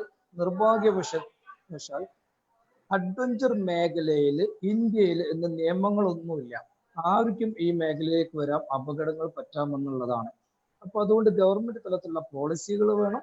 ഇതുപോലെ തന്നെ നമുക്ക് കോർപ്പറേറ്റ് തലത്തിൽ നമുക്ക് ഇപ്പൊ നമ്മളെല്ലാവരും CSRനെ കുറിച്ച് സംസാരിക്കുന്നുണ്ട്. ഒരു നിശ്ചിത ശതമാനം സ്പോർട്സ് ഇനത്തിൽ നമുക്ക് ചെലവാക്കാൻ ഗവൺമെന്റ് ഈ തലത്തിലേക്ക് ചിന്തിക്കണം. ഒരുപാട് അവസരങ്ങളാണ് നമുക്കുള്ള, പുതിയ പുതിയ മേഖലകളാണ് നമുക്ക് വരുന്നത്. സാമ്പത്തികമായിട്ട് അതുമായിട്ട് ബന്ധപ്പെടുന്ന സമയത്ത് അതിന്റെ ഒരു വലുപ്പം നമുക്ക് അറിയാൻ പറ്റുള്ളൂ.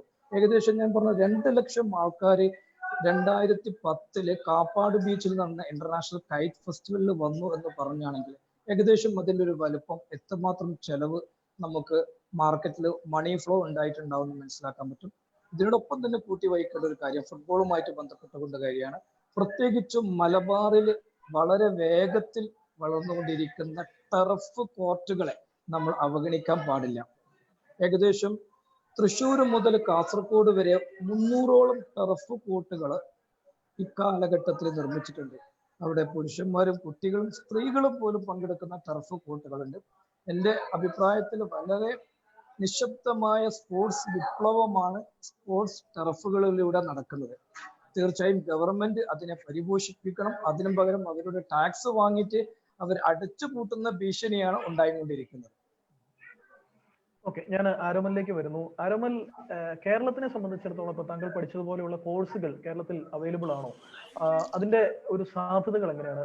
ഒരു നിര ആളുകൾ, സ്പോർട്സിൽ താല്പര്യമുള്ള കുട്ടികൾ കരിയർ ഒരു പ്രൊഫഷണൽ രീതിയിൽ തന്നെ എടുത്ത് വീഡിയോ അനാലിസിസ് പോലെയുള്ള ജോബ് സാധ്യതകൾ കൂടി പ്രൊഫഷണൽ കോഴ്സുകളായിട്ട് മാറുമ്പോൾ അത് കേരളത്തിൽ അതുണ്ടോ?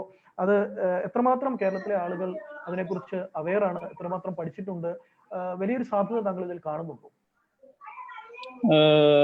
നൗഡേയ്സ് നമുക്കറിയാം, വേൾഡ് ഫുട്ബോളിൽ ഇപ്പൊ ഈ വീഡിയോ അനാലിസിസ് എന്ന് പറയുന്ന ഘടകം ഭയങ്കര ഇമ്പോർട്ടന്റ് ആയിട്ടുള്ള ഒരു ഘടകമാണ്. ആ ഒരു സംഭവം നമ്മുടെ ഇന്ത്യൻ ഫുട്ബോളിലേക്ക് വന്നിട്ട് വളരെ കുറച്ച് കാലമായിട്ടുള്ളൂ.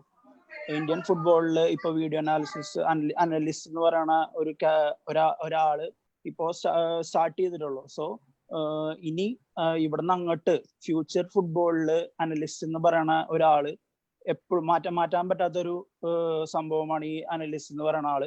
അതുപോലെ തന്നെ ഇപ്പോ ഇന്ത്യൻ ഫുട്ബോളില് കറന്റ്ലി ഇപ്പൊ ഉണ്ട്, കേരള ഫുട്ബോളിലേക്ക് സംഭവം വന്നുകൊണ്ടിരിക്കണുള്ളൂ. സോ ഇതിന്റെ പുറത്താണ് ഇതിന്റെ ഇപ്പൊ നൗഡേയ്സ് ഇപ്പൊ ഉള്ളത് പഠിക്കാനുള്ളത് മുംബൈയിലാണ്.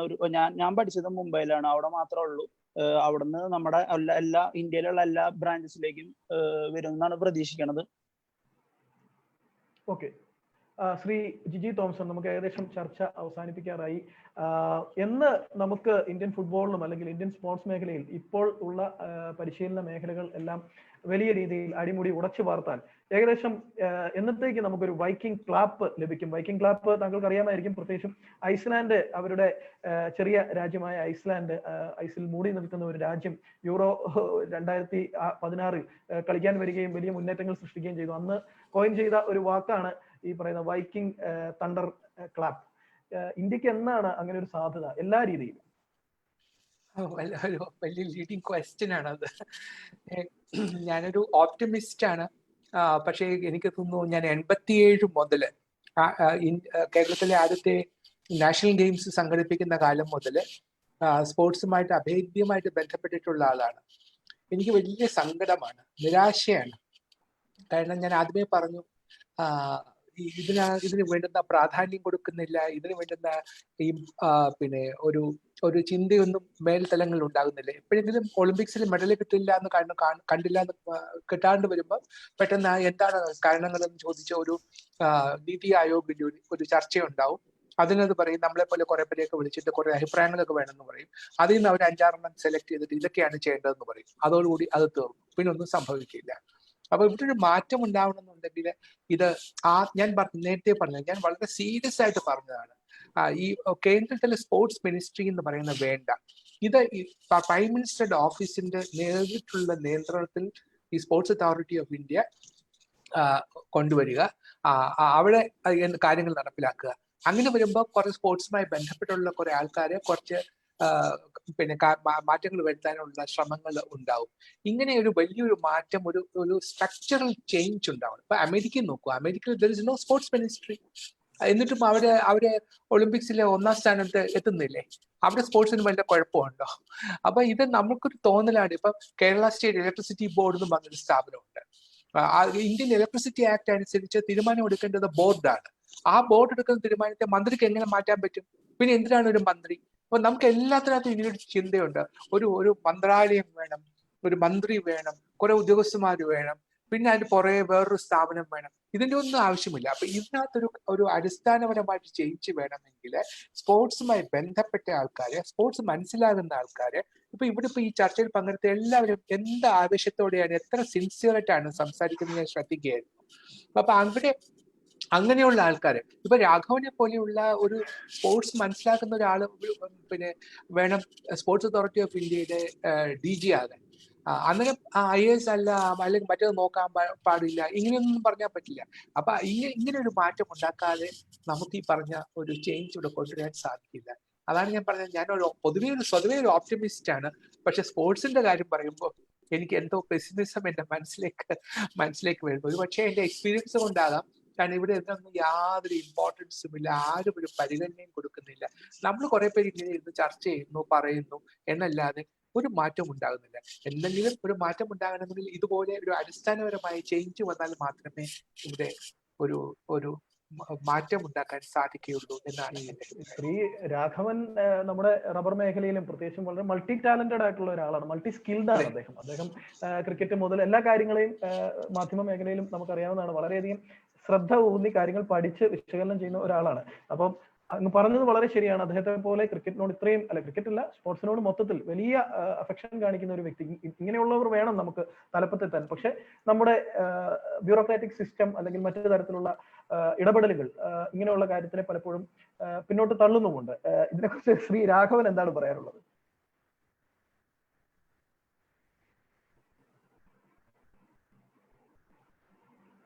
ശ്രീ രാഘവൻ അൺമ്യൂട്ട് ചെയ്യുമോ? കേൾക്കാമല്ലോ. പറഞ്ഞു. ഒരു കാര്യത്തിൽ നമ്മൾ കഴിയുന്നതും ബ്യൂറോക്രസിയെ ഡിപ്പെൻഡ് ചെയ്യാതെ പോകണമെന്നുള്ള അഭിപ്രായമാണ് എനിക്ക് അപ്പോഴും ഇപ്പോഴും ഉള്ളത്. കാരണം ബ്യൂറോക്രസിയിൽ ഒരു ഇത് വന്നു കഴിഞ്ഞാൽ അതിന്റെ ചട്ടക്കൂടിൽ എടുത്തുകൊണ്ട് ഒരു സ്പോർട്സ് ഇവന്റ്, ചിലപ്പോൾ ഒരു സ്പോർട്സ് ഇവന്റ് ഓർഗനൈസ് ചെയ്യാൻ പറ്റിയും, പക്ഷേ ഒരു സ്പോർട്സ് വളർത്തിയെടുക്കാൻ സാധിക്കില്ല. അപ്പൊ അതുകൊണ്ട് തന്നെ നമ്മൾ ചെറിയ ലെവലില് ലോക്കലായിട്ട് തീരുമാനങ്ങൾ എടുത്ത് മുകളിലേക്ക് പോകാൻ സാധിക്കുകയാണെങ്കിൽ അതായിരിക്കും ഒരു ടോപ്പ് ഡൗൺ പോയ ഒരു ബോട്ടം അപ്പ് അപ്രോച്ച് നടത്താൻ സാധിക്കുകയാണെങ്കിൽ അതായിരിക്കും കുറച്ചും കൂടി നന്നാവാൻ തോന്നുന്നു. തീർച്ചയായിട്ടും എല്ലാ കളിയും നന്നായി ഡെവലപ്പ് ചെയ്യേണ്ടത് അതിന് ഗ്രാസ് റൂട്ട്സ് ലെവലിൽ ഇത് വന്നിട്ടുണ്ട്. ക്രിക്കറ്റിനെ സംബന്ധിച്ചോളം നമുക്കൊരു ഉദാഹരണമുണ്ട്.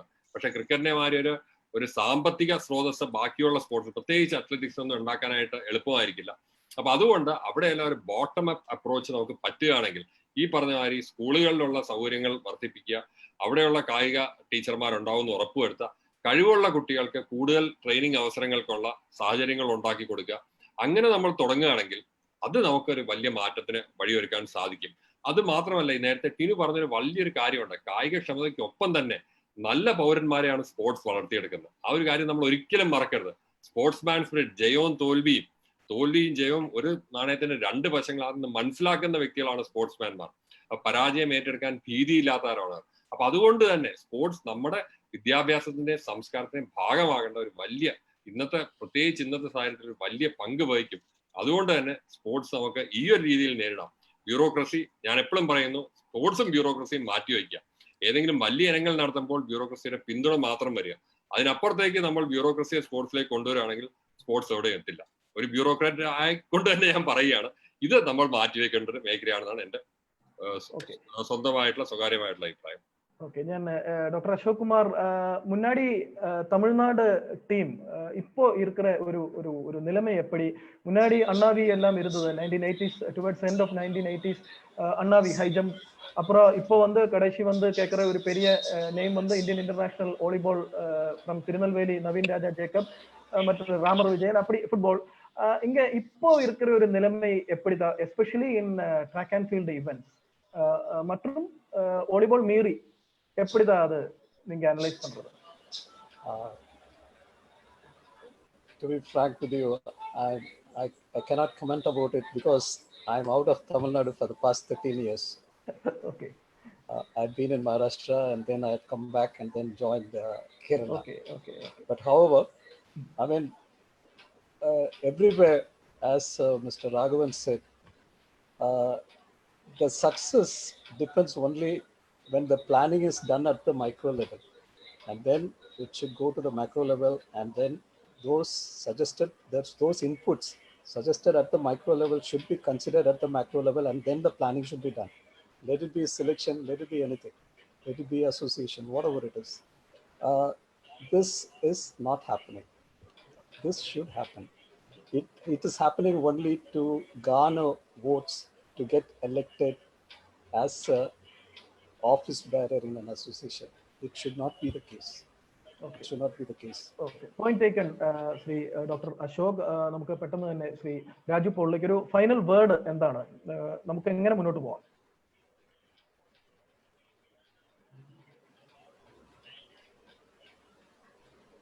ശ്രീ രാജു പോൾ അൺമ്യൂട്ട് ചെയ്യുമോ പ്ലീസ്? ശ്രീ രാജു പോൾ അൺമ്യൂട്ട് ചെയ്യുമോ?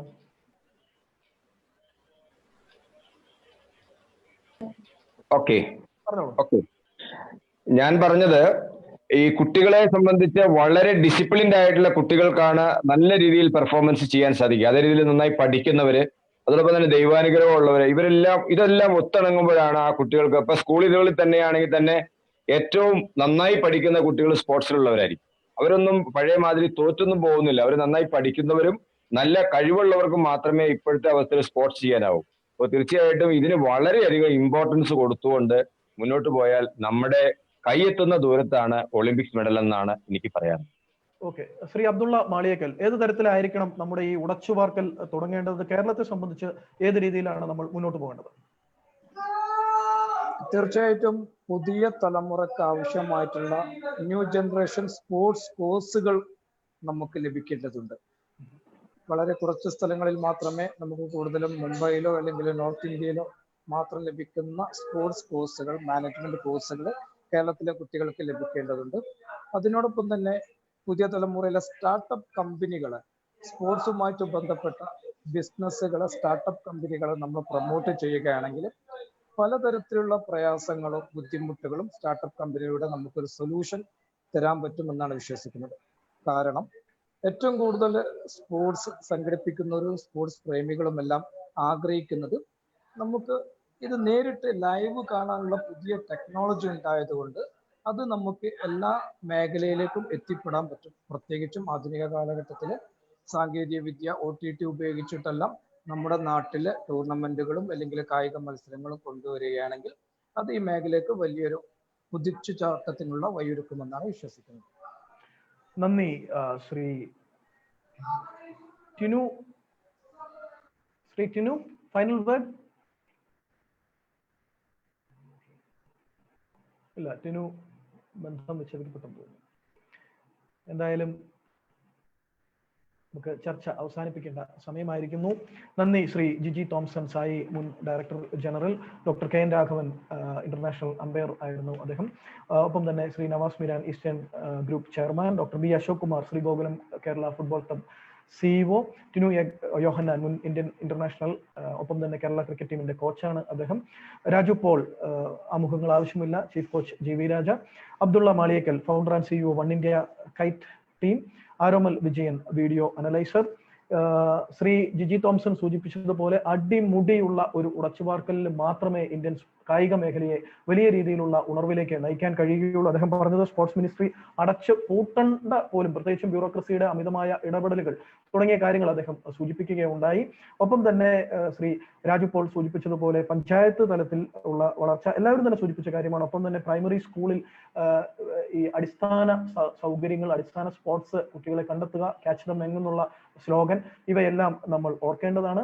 മറ്റൊന്ന് ശ്രീ ജിജി തോംസൺ സൂചിപ്പിച്ചതുപോലെ തന്നെ നമ്മുടെ GDPക്ക് ഏകദേശം 5% സംഭാവന തരാവുന്ന ഒരു മേഖലയാണ് സ്പോർട്സ്. അത് വളരെ അധികം ഒരു ടേക്കൺ ഫോർ ഗ്രാൻഡഡ് ആയിട്ടുള്ള അപ്രോച്ച് അല്ല ഇതിനകത്ത് വേണ്ടത്. വളരെ സീരിയസ് ആയിട്ട് മറ്റ് പാശ്ചാത്യ രാജ്യങ്ങളും ഒരുപക്ഷെ ചൈന പോലെയുള്ള രാജ്യങ്ങൾ ഉൾപ്പെടെയുള്ളവർ ചെയ്യുന്ന കാര്യങ്ങൾ നമ്മൾ അനുവർത്തിക്കേണ്ടതോടെ വളരെ സീരിയസ് ആയിട്ട് കണ്ടാൽ മാത്രമേ നമുക്ക് വലിയ സ്ട്രൈഡ്സ് ഒരു 10 വർഷത്തിന് ശേഷമോ 20 വർഷത്തിന് ശേഷമോ നമുക്ക് ലഭിക്കുകയുള്ളൂ എന്നും ഈ ചർച്ചയിലൂടെ ഉരുത്തിരിഞ്ഞ് വന്ന പോയിന്റുകളാണ്. എന്തായാലും എല്ലാവർക്കും നന്ദി. അടുത്ത ആഴ്ച കാണാം. നന്ദി, നമസ്കാരം.